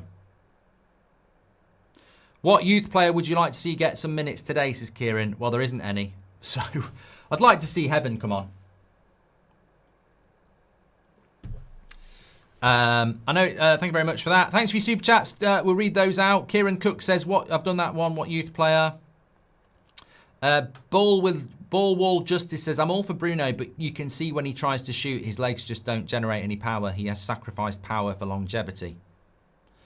And also, Kresh says, "I think that it's hard to judge Carrick with the current midfield. We've had many managers and we haven't dominated in the midfield forever, not even looked competitive. Perhaps I'm just optimistic." I think this is a great point, because I remember Jamie Carragher in his white trainers talking about, you could park a bus in that midfield. And that was Ten Hag. That was Ten Hag's midfield of Mainu, Casemiro and Bruno. So that was 2 years ago that we had a midfield problem. So I think that if we've had a midfield problem for 2 years, they didn't buy Amorim a midfielder, Ten Hag had a problem, Carrick's going to have that problem as well. So, you know, I do agree with you. Like, the midfield is a problem. And if you solve that problem, we'll be a better team with a better midfield.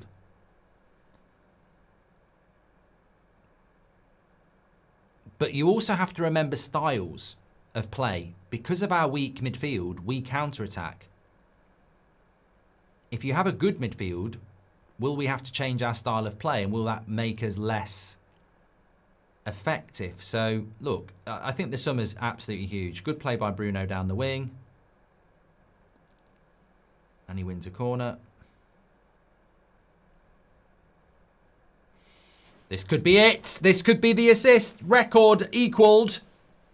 He's on a corner. He's got absolute giants in Maguire and Casemiro coming up.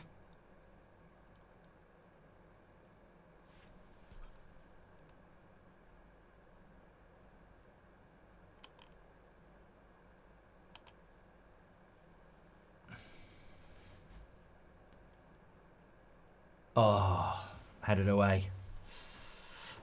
If they only give him 3 signings, would he moan about it? Don't think so, says Pistol. Well, you don't know that. Maguire on the back post. He goes for a shot, and it's going to go for a throw-in. Thank you very much for your super chats. I meant when the New York Stock Exchange opens tomorrow. I think the last few managers' announcements have lined up with that, says TJ. Yeah, 2:30 tomorrow, yeah. Zaki says Mbeumo's having a shocker today, and Mateta is a backup striker, says HM. I think Mateta might be injured. Chris says Bruno should be getting rotated so that when he does leave, Cunha would have experience playing 10.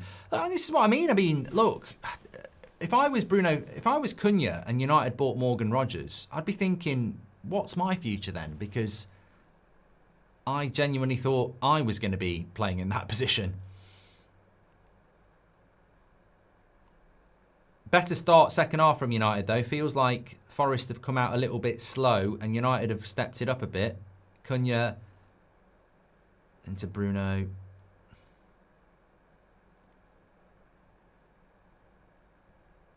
Martinez puts it out. And Mbeumo's having a shocker, says Zaki. And so J.K. Worthing says, not a wind-up, but as United have played less games this year, have you enjoyed seeing more games of you might have missed, and have you found another team you might now admire? Anyway, enjoy. Have you enjoyed seeing more games you might have missed? No. I don't enjoy United playing less games, absolutely not. And I don't think it's been a particularly good Premier League season anyway. You know, United have hardly played, and I don't think we've played particularly good football all season under Amorim or Carrick. And I think the Premier League has been a bit shit as well. But Champions League's been good. I find it concerning that Carrick chooses his winning percentage over playing time and development of youth, says Marlowe. Did you say United need a striker if Sesko got hurt? I'm available for free, says official Reverend Robert Lewandowski. I'll get Coxey on the phone. You won't have heard of him, but I saw United get linked to Williams, you know. I think I mean, look, I don't knock it. I mean, I think he's actually all right. I mean, I don't think United would go in for him, but he's definitely had a better game than Delo. But then again, most people do. Only 25. Just turned 25. What a goal. What a goal. Elliot Anderson. What a goal. Elliot Anderson there is why you spend £100 million on him. What? Was it Elliot Anderson who won that? Or was it Williams? It's just brilliant. Like, it's absolutely brilliant. The way he wins I don't know who he wins the ball back from. They're going to get a load of shit. But this is going nowhere. Oh, it's going to be Ahmad. Ahmad.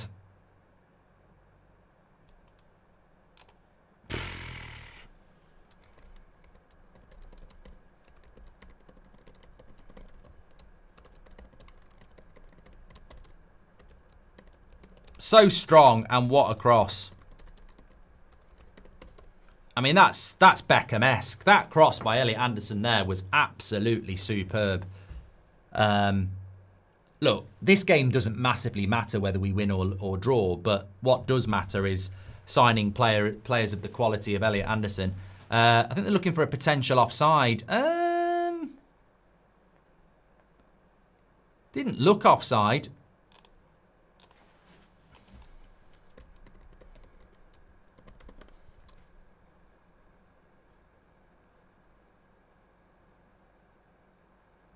And it's been given.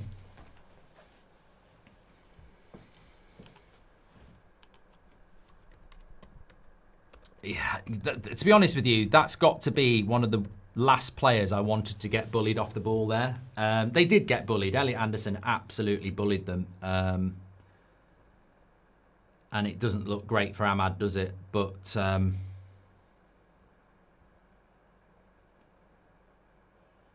goal, Cunha! They're looking for a handball on Mbermo. I don't know. I mean, United, instant impact. I think there might be a handball. I think Mbermo knows it. I don't know. I'd hold up on this one. Doesn't seem to be a hell of a lot of celebration for Cunha. He doesn't seem to know. They are celebrating it. I don't know. I'm just looking at Cunha's reaction. Cross comes in. It's under his arm, isn't it? I think it's a goal.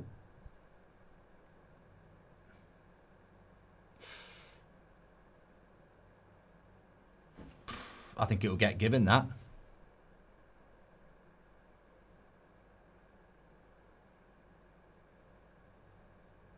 Dara says it's been ruled out.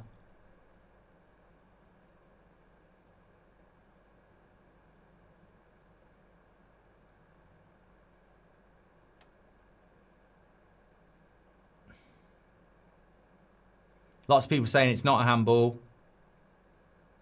I think he controls it there with that bit of his hand, but yeah, I think it will be a handball from that angle. Yeah, it's a handball. You can see it's on his wrist, look. Yeah. I thought it was higher up, but yeah, it's not going to be a goal, is it? Oh, someone says, how is it not a handball? Because I thought it was higher up. I thought it was up there.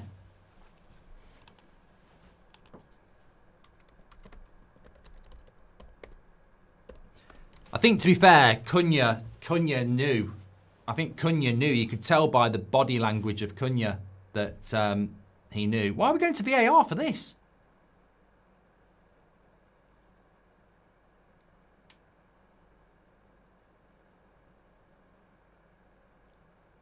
Yeah, they're going to give a handball for that. Yeah, it's because it's on his elbow. I thought he might have controlled it a bit higher.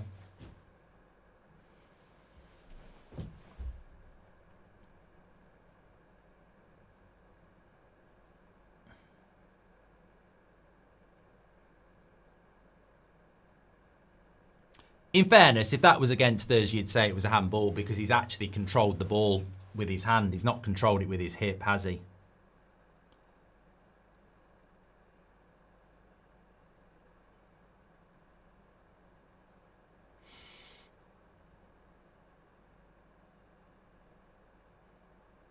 Maybe they're going to give it.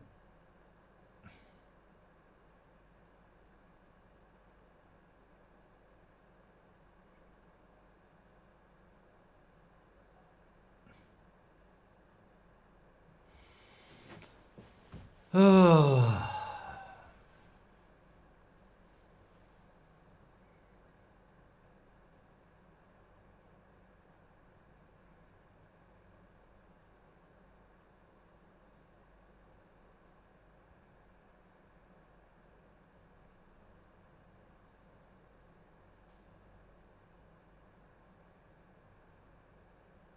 I was given the goal. Ha! Okay, now. Oh, dear. I mean, look, I don't think that's a goal. I don't think it's a goal, but you take it, don't you?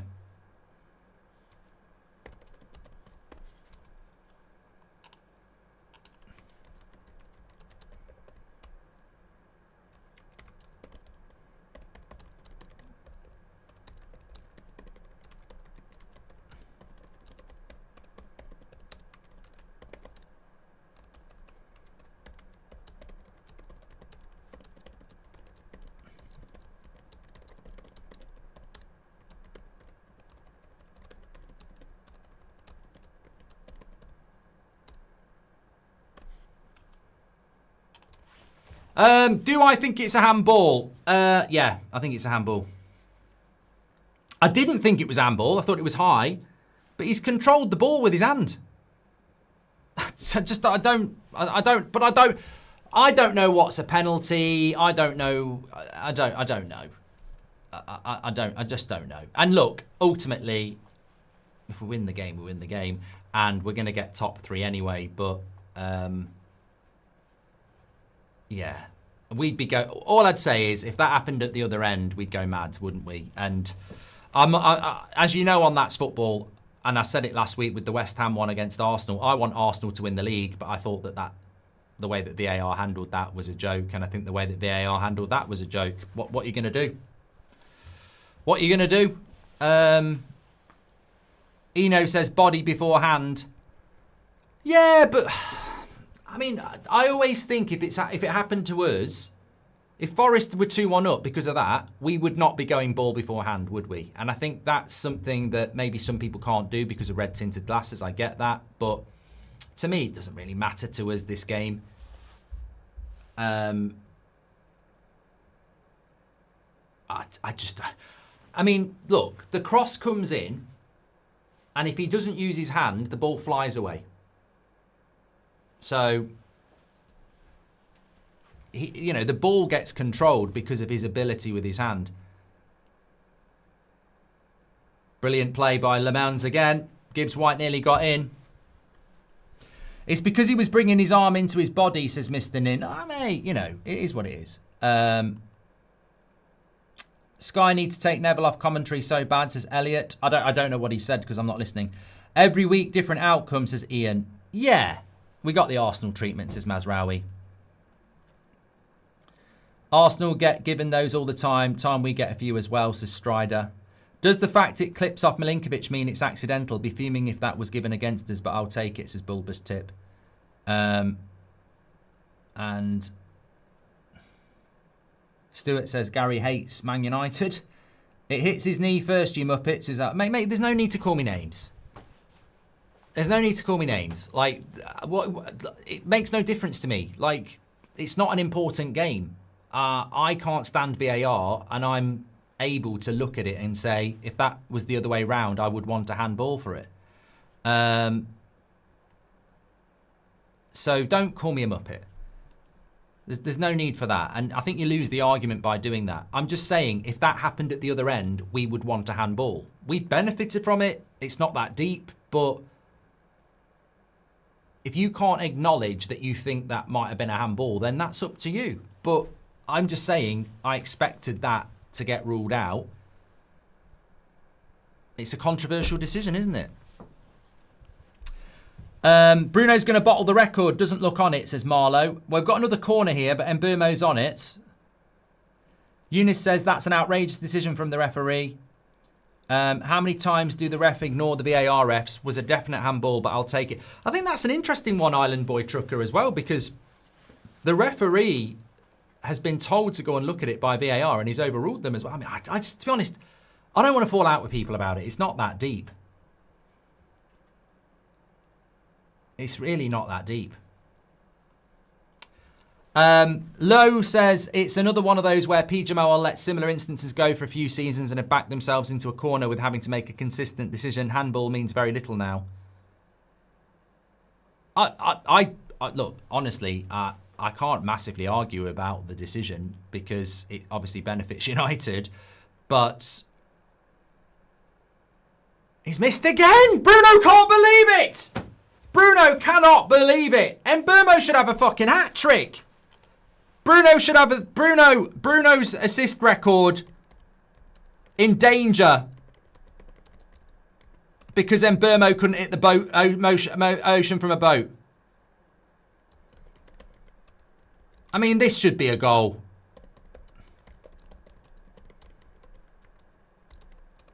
He should have a hat trick. Don't play him up front next season, Carrick. This, you know, don't put him up front next. I mean, imagine if Bruno doesn't break the record now. Still lots of time left. Arden says, next season I have a feeling Carrick will improve. Thank you very much for that. Oh, I just can't get over that bloody miss. That's the record. That's an assist. Slips Mbeumo through, and yeah, is Mbeumo playing rugby by any chance? Because I don't know how he's putting it over the bar. If you're working at Tesco and keep stacking beans in the product aisle, you'll get sacked. Yeah, refs making the same mistakes, keeping their job, says Chris. Dunk says it's the consistency which is the problem. Alfie says if it hits another part of your body before your hand, it's not handball. That's what I thought the rule was. What's your thoughts, Mark? I don't know the rule, Alfie. Look, wasn't there a handball? What was that controversial handball in the last couple of weeks? Oh, Bayern Munich, PSG, when Vitinha kicked the ball onto João Neves' hand. Apparently that can't be a handball if your teammate kicks it at you. So I'm thinking that's a handball, but by the rules, that's not a handball. So, look, I don't know. I genuinely don't know the rules. So I'm not, like I say, for me, it's not a... If it happened against us, I'd want a handball. But maybe the rules are right. I don't know. But did he control the ball by putting his hand up against his body? Yes. He can't control that. I mean, he literally stops the ball by catching it, basically. Look at the ball here. That ball is not going anywhere near where it goes if he doesn't control it with his hand. They've just nearly scored. Ahmad. Are they going to show the replay here? It's good, lovely play by Casemiro. He plays it into Ahmad, and it's a good save by the keeper.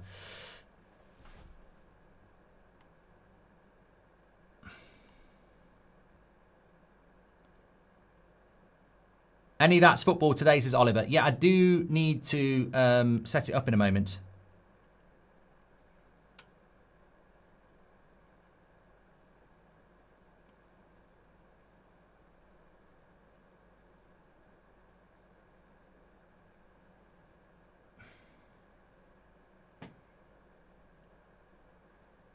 That's good. Got a good tempo to the game now. I do fancy us getting another couple of goals here. Mbeumo absolutely shocking. Should have had 3, says Glenn. Shadow's been watching for 5 years. You're a legend, sir. Crazy how Amarim Mbermo and Kurik Mbermo have been 2 different players, says Pengas. James, thanks for being a member for 28 months. VAR told the referee that it shouldn't stand, says Wub. Nah, but look, ultimately, it's a controversial call, isn't it? But thankfully, it's not against us. Mbermo is destroying Bruno, says Marlow. And is it just me, or have we been playing really bad for months now and are just living on VAR moments and magic from players? We don't play fluent, says Stig. I don't know. I think we played well against Liverpool and obviously Arsenal, Man City. What a ball. This has got to be it for Bruno. Cunha goes for a corner. You see, he's looking for the assist. I'm sorry. Bruno can get moody as he fucking likes there, but he's looking for the assist. Look, like in this position, he should shoot.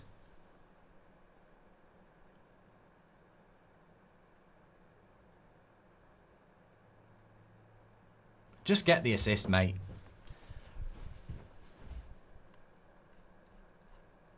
Good on the ref. Very minimal stop-start and made a decision. Could have gone with VAR, but didn't need more refs like this, says Sam. And whose refs are worse, Baller League or Premier League, says Ninja. Juicy says, of course you agree with Gary. I can't hear Gary. And nobody influences my opinions, mate. I've been doing this for 10 years. Nobody influences my opinions. I don't care whether it's popularist or not. I mean, I stuck up for Rashford and said he hadn't gone out drinking and I was getting absolute pelters. So ultimately,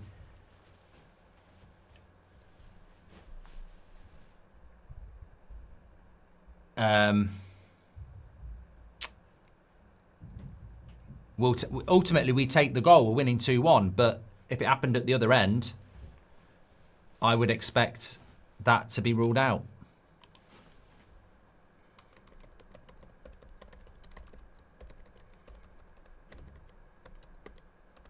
But to be honest, you can keep talking about a handball. I'm more interested in why fucking Mbermo is missing chances like he's missing today.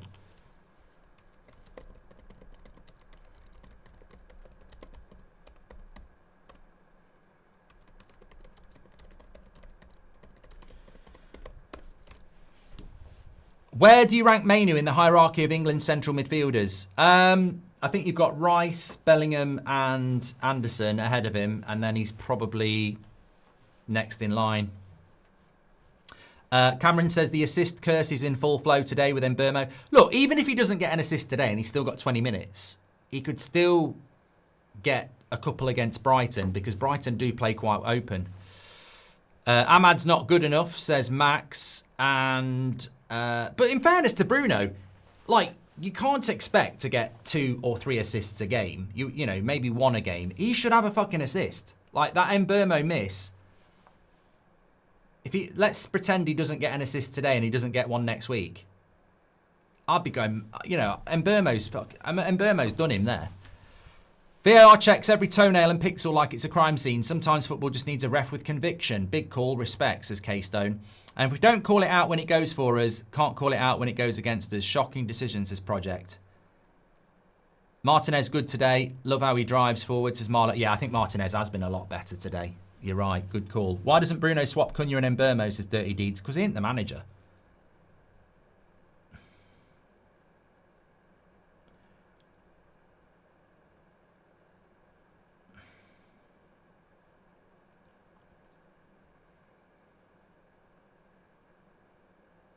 Ironically, the referee's just given a handball on Luke Shaw, which makes no sense.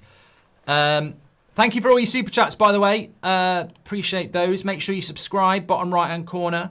Tracy says, I don't care as long as we beat Forest. I can't be doing with Forest. Great show, mate. Thank you, Tracy.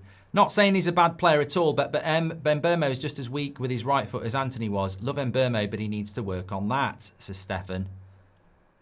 I think he needs to play on the bloody wing. I don't think he's looked good up front this season. Can you say something about the other Premier League lineups? They're out. I mean, they're all a bit shit. Everton, Sunderland, Leeds, Brighton, and Wolves, Fulham. I mean,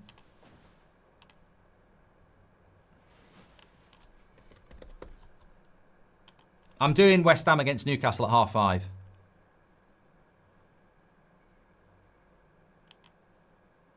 Cunha, good feet. Lays it back. Casemiro. Mainu. Lovely feet by Mainu, but gets a little bit unlucky. Great tackle, Casemiro. Finds Cunha. And Cunha, a good block there. Mbeumo gets on the end of it. I don't think Mbeumo could have done much better.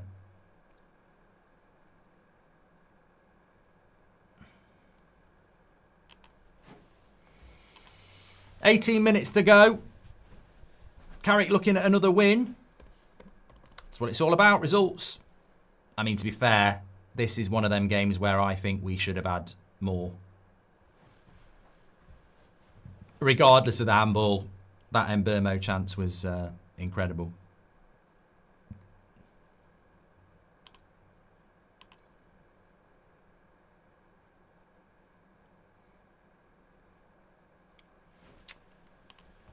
Come on, Bruno.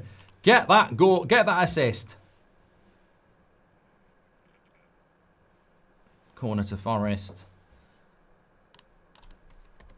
Well, it'll be a good game between Newcastle and West Ham because West Ham actually, if they win that game, I think they'll stay up. But it's a tough place to go.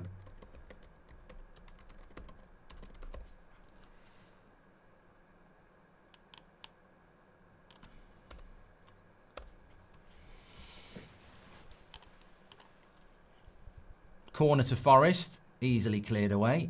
Ahmad into Casemiro. Terrible ball.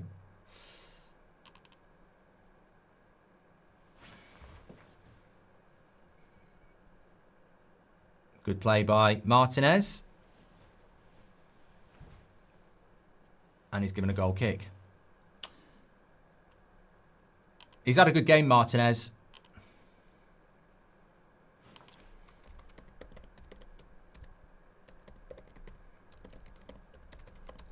Probably a man of the match contender for me, Martinez, today.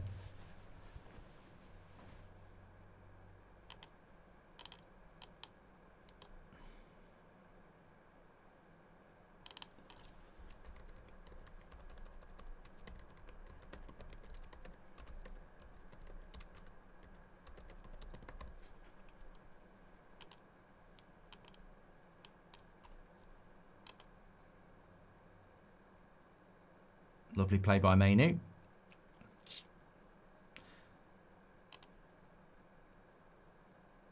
That's where I like to see Cunha a little bit more central. And Mbeumo has got it! Oh, at last! At last! Bruno equals the assist record. Mbeumo gets the goal.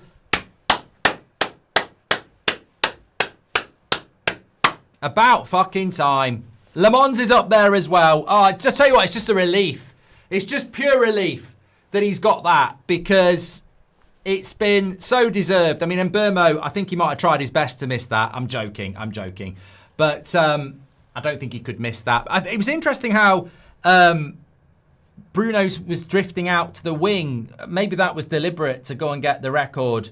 But look, I think we can all breathe a sigh of relief now that he's done it. What a record. And what a guy. And should be player of the year as well.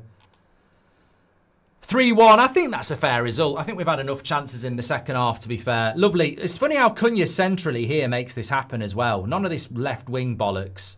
That's where I think he can do so well. Cross comes in. They're queuing up, to be fair.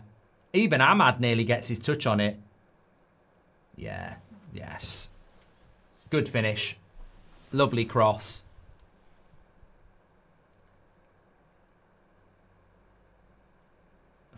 Fucking hell. I tell you what, it could have hit the post and gone wide.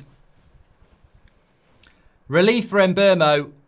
Absolute shit performance by him, but he gets a goal that, you know, probably lets him off the hook with Bruno because we don't want to be remembering that assist record not happen because of some bad finishing today. But still 15 minutes to go.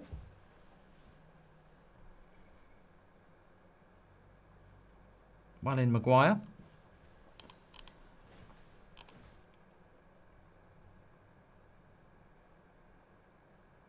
And now he can just get it wide to Cunha. Could be a few more goals here.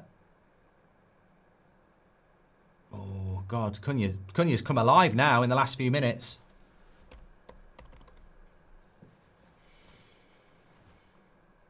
Game's really opened up now. I don't know how the referees played that on there. Casemiro's absolutely snapped him in two. Ref says play on. It'll be a yellow card, I think. Oh, what a goal. Anderson again.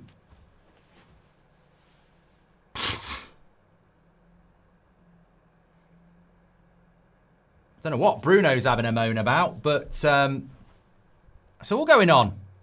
Anderson again. Watch this. 2 assists.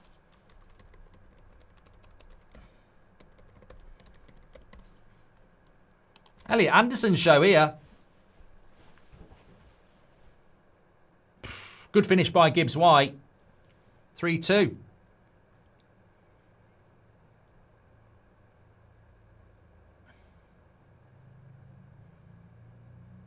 I think the referee should have given a foul for Casemiro. He shouldn't have played advantage. It was a horrible foul by Casemiro, and he should have subbed him off. He should have given the foul. Rasmus, 46 million contract to Napoli. Yeah, we're talking about that in the first half. Paul, that's been activated now. That will be an Ahmad assist. The curse is real, says Marlowe. So happy for Bruno. Well deserved, says Island Boy Trucker. Tesk, welcome to the Members Club. Thank you very much. Triple substitution for United. Dorgu, Xerxes, Mount. Shocking passing from Casemiro today. Time is out, says Marlowe. Do you trust character review and act on these below par performances of players out of position, says Kenneth. Everyone's saying VAR United, mate. VAR ruled no goal, says Mr. Nin. And can you please say hello to my son, Logan, says Bath. There we go. Logan, hope you're doing well. Stephen says, I'm more interested in why we're playing him up front and not a striker. That could improve what we're trying to do. Casemiro.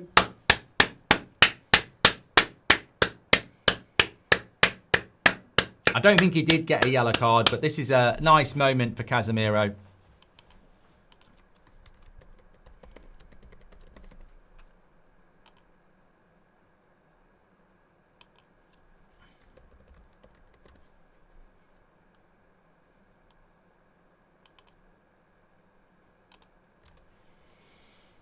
Why not put Xerxes in for Mbermo this game, says Max. Bruno would break record if Delo could score, says Marlowe.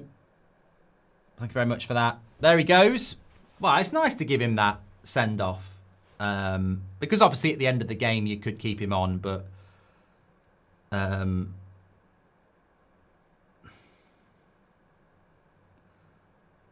remember, I mean, Beckham's for PSG will always breaks me.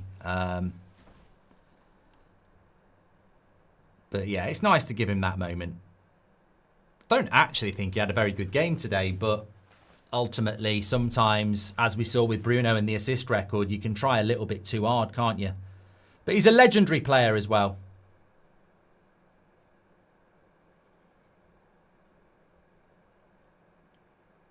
Here's Ahmad.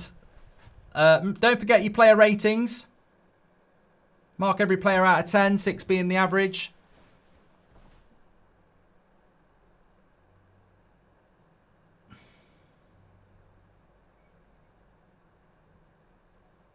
Well, I think we might get a few more goals here in the next few minutes as well. Bruno still needs one more. He doesn't have the record. He's equaled the record, hasn't he? I'm glad Wilcox, Barada and Radcliffe are seeing this Anderson performance in person, says Anthony. Get Anderson in right now, whatever it takes. He's already used to playing in red as well, says Jay. Midfield runners not picked up yet again, says Jeff. And Bath says, I'm sitting here in Perth with my son. Can you say hello to Logan? Yeah, I think I did that one, didn't I? Yeah. We don't need Bruno if we get Anderson, says Marlowe.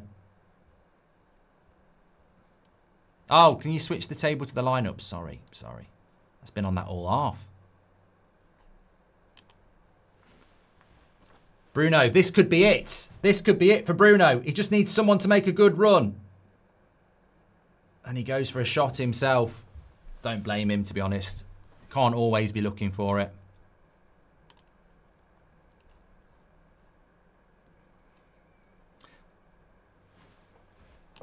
Thanks for your super chats today. Please do subscribe, bottom right-hand corner. The game has been very open second half, you know. I think, you know, that's been the good thing. I think both teams have just sort of said, sod it, it's the end of the season. Let's play caution to the wind. Mainu, come on, Mount. You attack, we attack.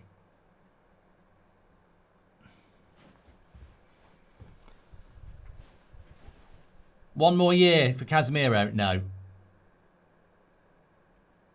Oh, Dorgu, that would have been an assist on Bruno. I don't know why Forest weren't chasing the ball there.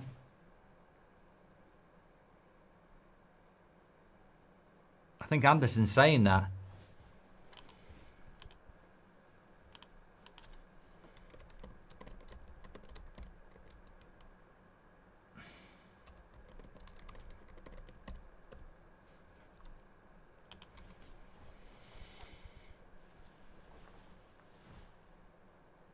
Was he offside?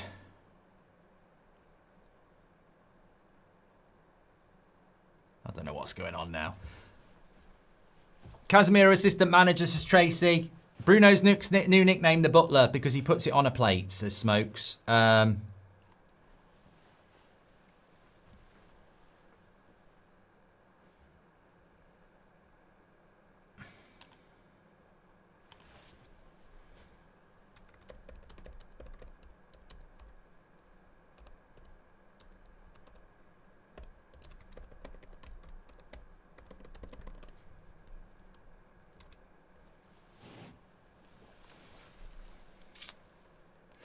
Still 50-50. Oh, you know, I was going to say, is our possession must be up to like 60%, but it's not. Still 50-50.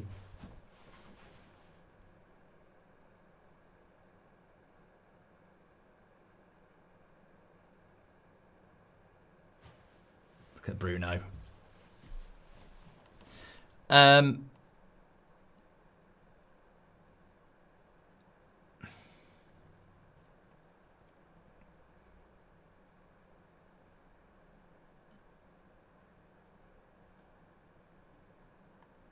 Matt says we should have a conversation about how many assists Bruno should have this game. At least 4.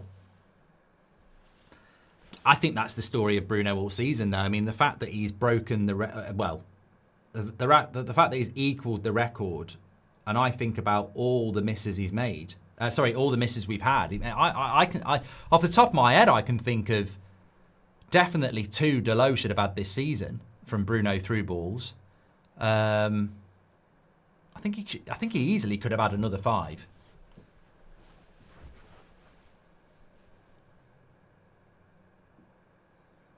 It's not 3-3. I think it'll be 4-2 in a minute. I fancy us to get another one.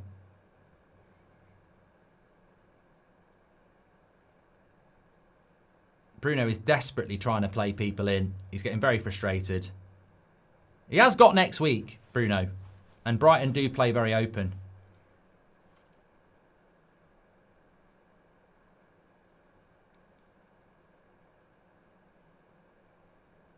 Dorgu won't keep that in. What is it with the whole set piece versus open play, says Mr. Nin? Yeah, I mean, look, you tell me in the chat. Have we played well today? I don't know.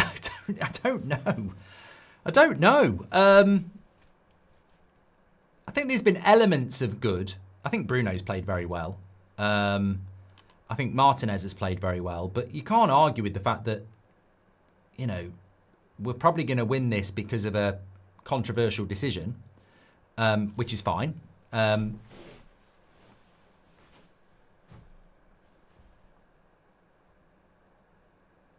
Forest, you know, have got back into it.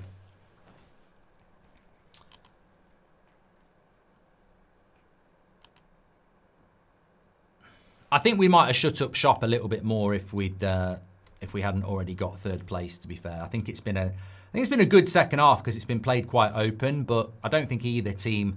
Forest wouldn't have played like this if they were in a relegation battle, and I don't think we would have played like this if we'd not already got 3rd place. So it's allowed it to open up a little bit, which has been good.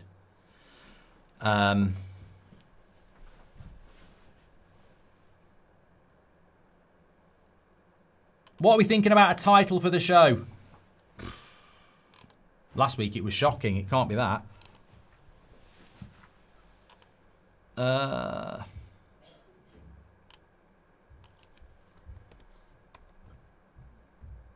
on the attack here. He doesn't really know what he's doing, does he? Is that a one-ye?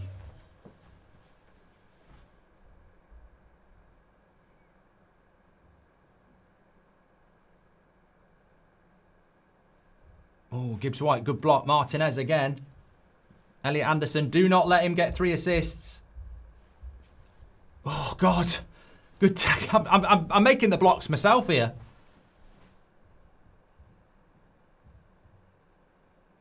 Don't let Elliot Anderson get on the ball. Oh, good tackle there.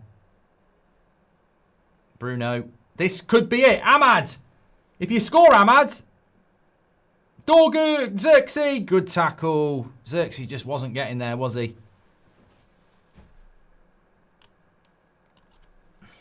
Bruno shoots wide.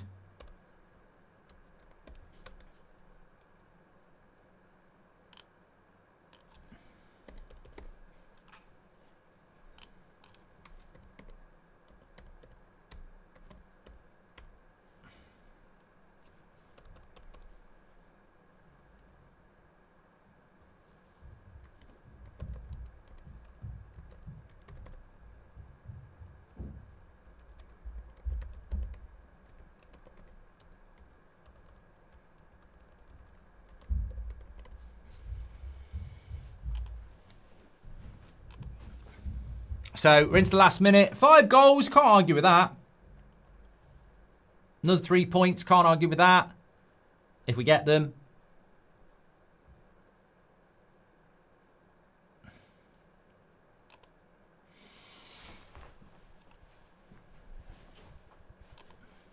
Don't forget to do your player ratings. Mark every player out of 10, 6 being the average. Link is in the chat. And I'll pin it in the live chat for you as well.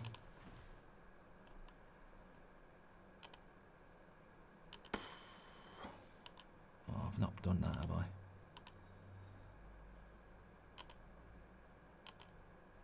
It's in the live chat already.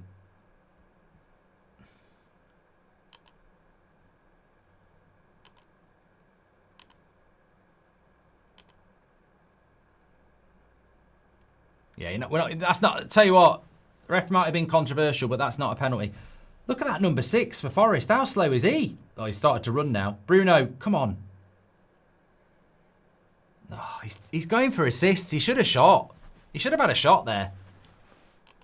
You can understand why he's trying to do it, but I think he should have had a shot.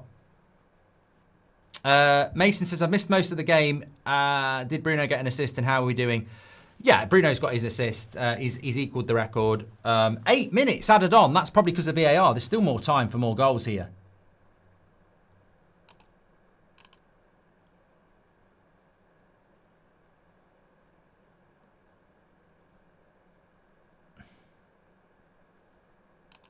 I think they've put their centre-back up front.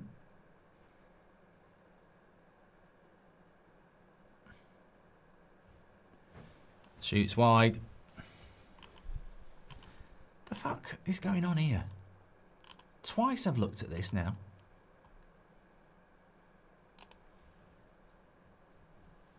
Sorry, I've just got a problem with my live chat. I'm trying to figure it out.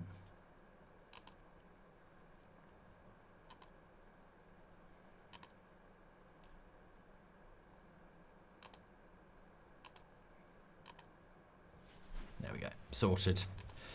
Done that one. Xerxes is one of the worst I've ever seen, says Stig. If United get a penalty, Bruno should pass it, says Thomas. Very lucky United can be the title, says Gorish. Xerxes very bad, unbelievable, get rid of him, says Marlowe. But he loves it at Man United. Our game today is what we will get next season. Don't like it, but we will back Carrick Ball, says Eno. And if we get a penalty, he's going to do a Pires on Henry, says Robert McCormack. Thank you very much.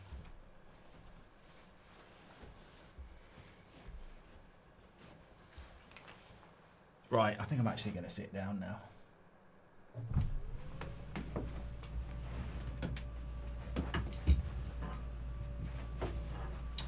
Well, look, these games are in some way defunct in the sense that we've already got top 3 and Champions League football, and Michael's going to get the job. Michael Carrick's going to get the job. But at least we had 5 goals and it's been entertaining.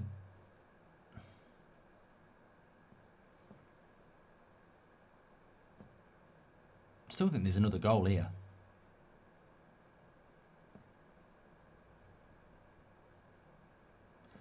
Lovely play by Bruno. Xerxes just too slow, isn't he?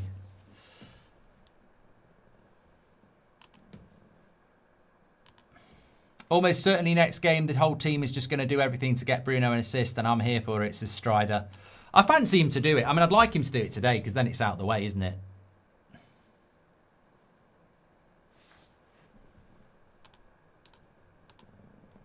It is in. I tell you what, I will make an observation though. I think since Casemiro's gone off, I don't know, like when.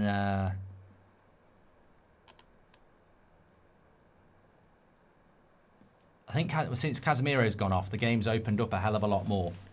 Why is Bruno our fastest attacker? Says Pure Turnips. Scary Casemiro went off and our midfield's been run through. Pengas, we must be thinking the same thing.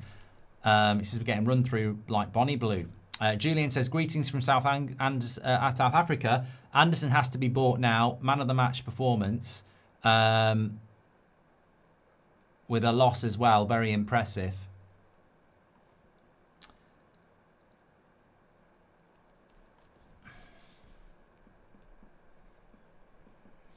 Yeah, I think overall man of the match, you could probably give it to Elliot Anderson.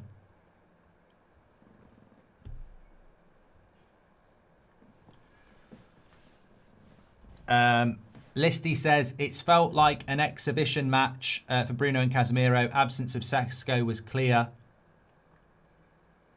In my opinion, need a good few transfers. Anderson does look very good. Thank you very much, pal. Is Mason Mount even on the pitch, says Mandlin? He just had a chance, and he's just got the ball as well. He's just had a shot.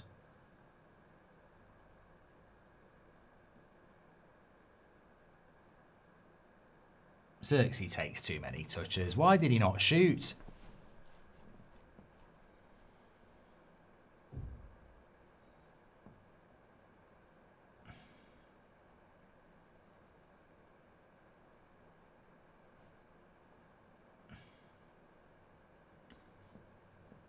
Nearly full time. Couple of minutes to go.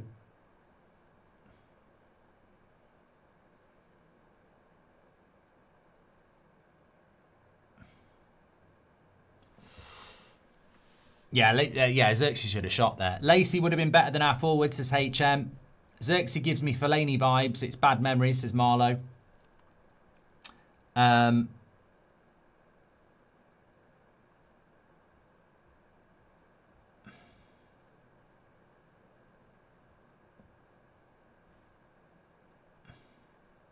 Good tackle, Martinez.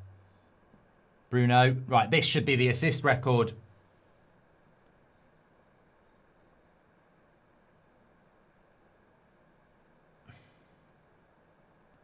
He's at the post, the low. I think that would have been an assist for Bruno as well.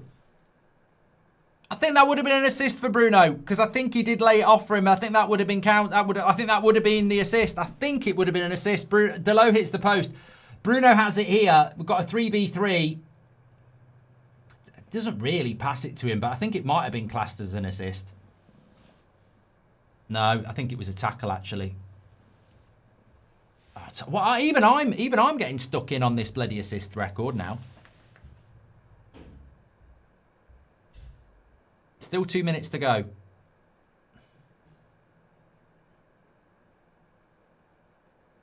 Dorgu.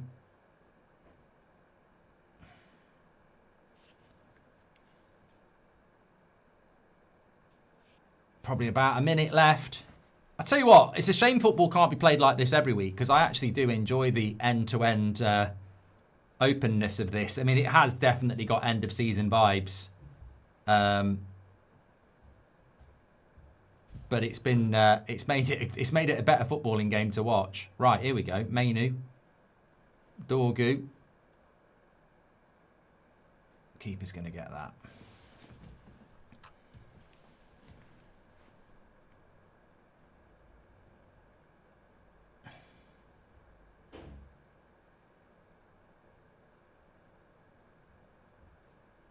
Well done, Mason Mount. Here's Bruno. Got so much time here. This could be it. Lays it to Xerxes. What a save! What a save by the keeper. You got to feel for Xerxes there. That should have been a goal. It wouldn't have been an assist for Bruno because he missed the first chance. Bloody hell. Good save by the keeper, that. Still a corner. Bruno can still get the record.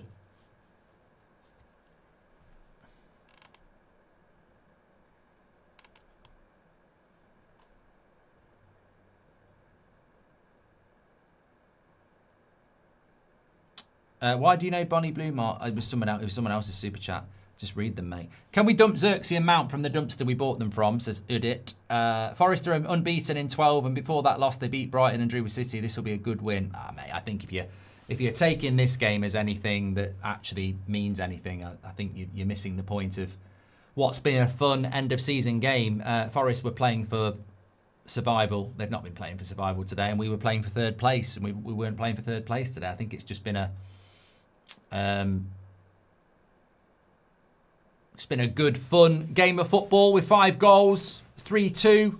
Not a lot of consequences for either team, especially that last half an hour was just fun, how open it was. You know, I wish football could be played like that more often, end to end. But as we know, when there's jeopardy, there is structure.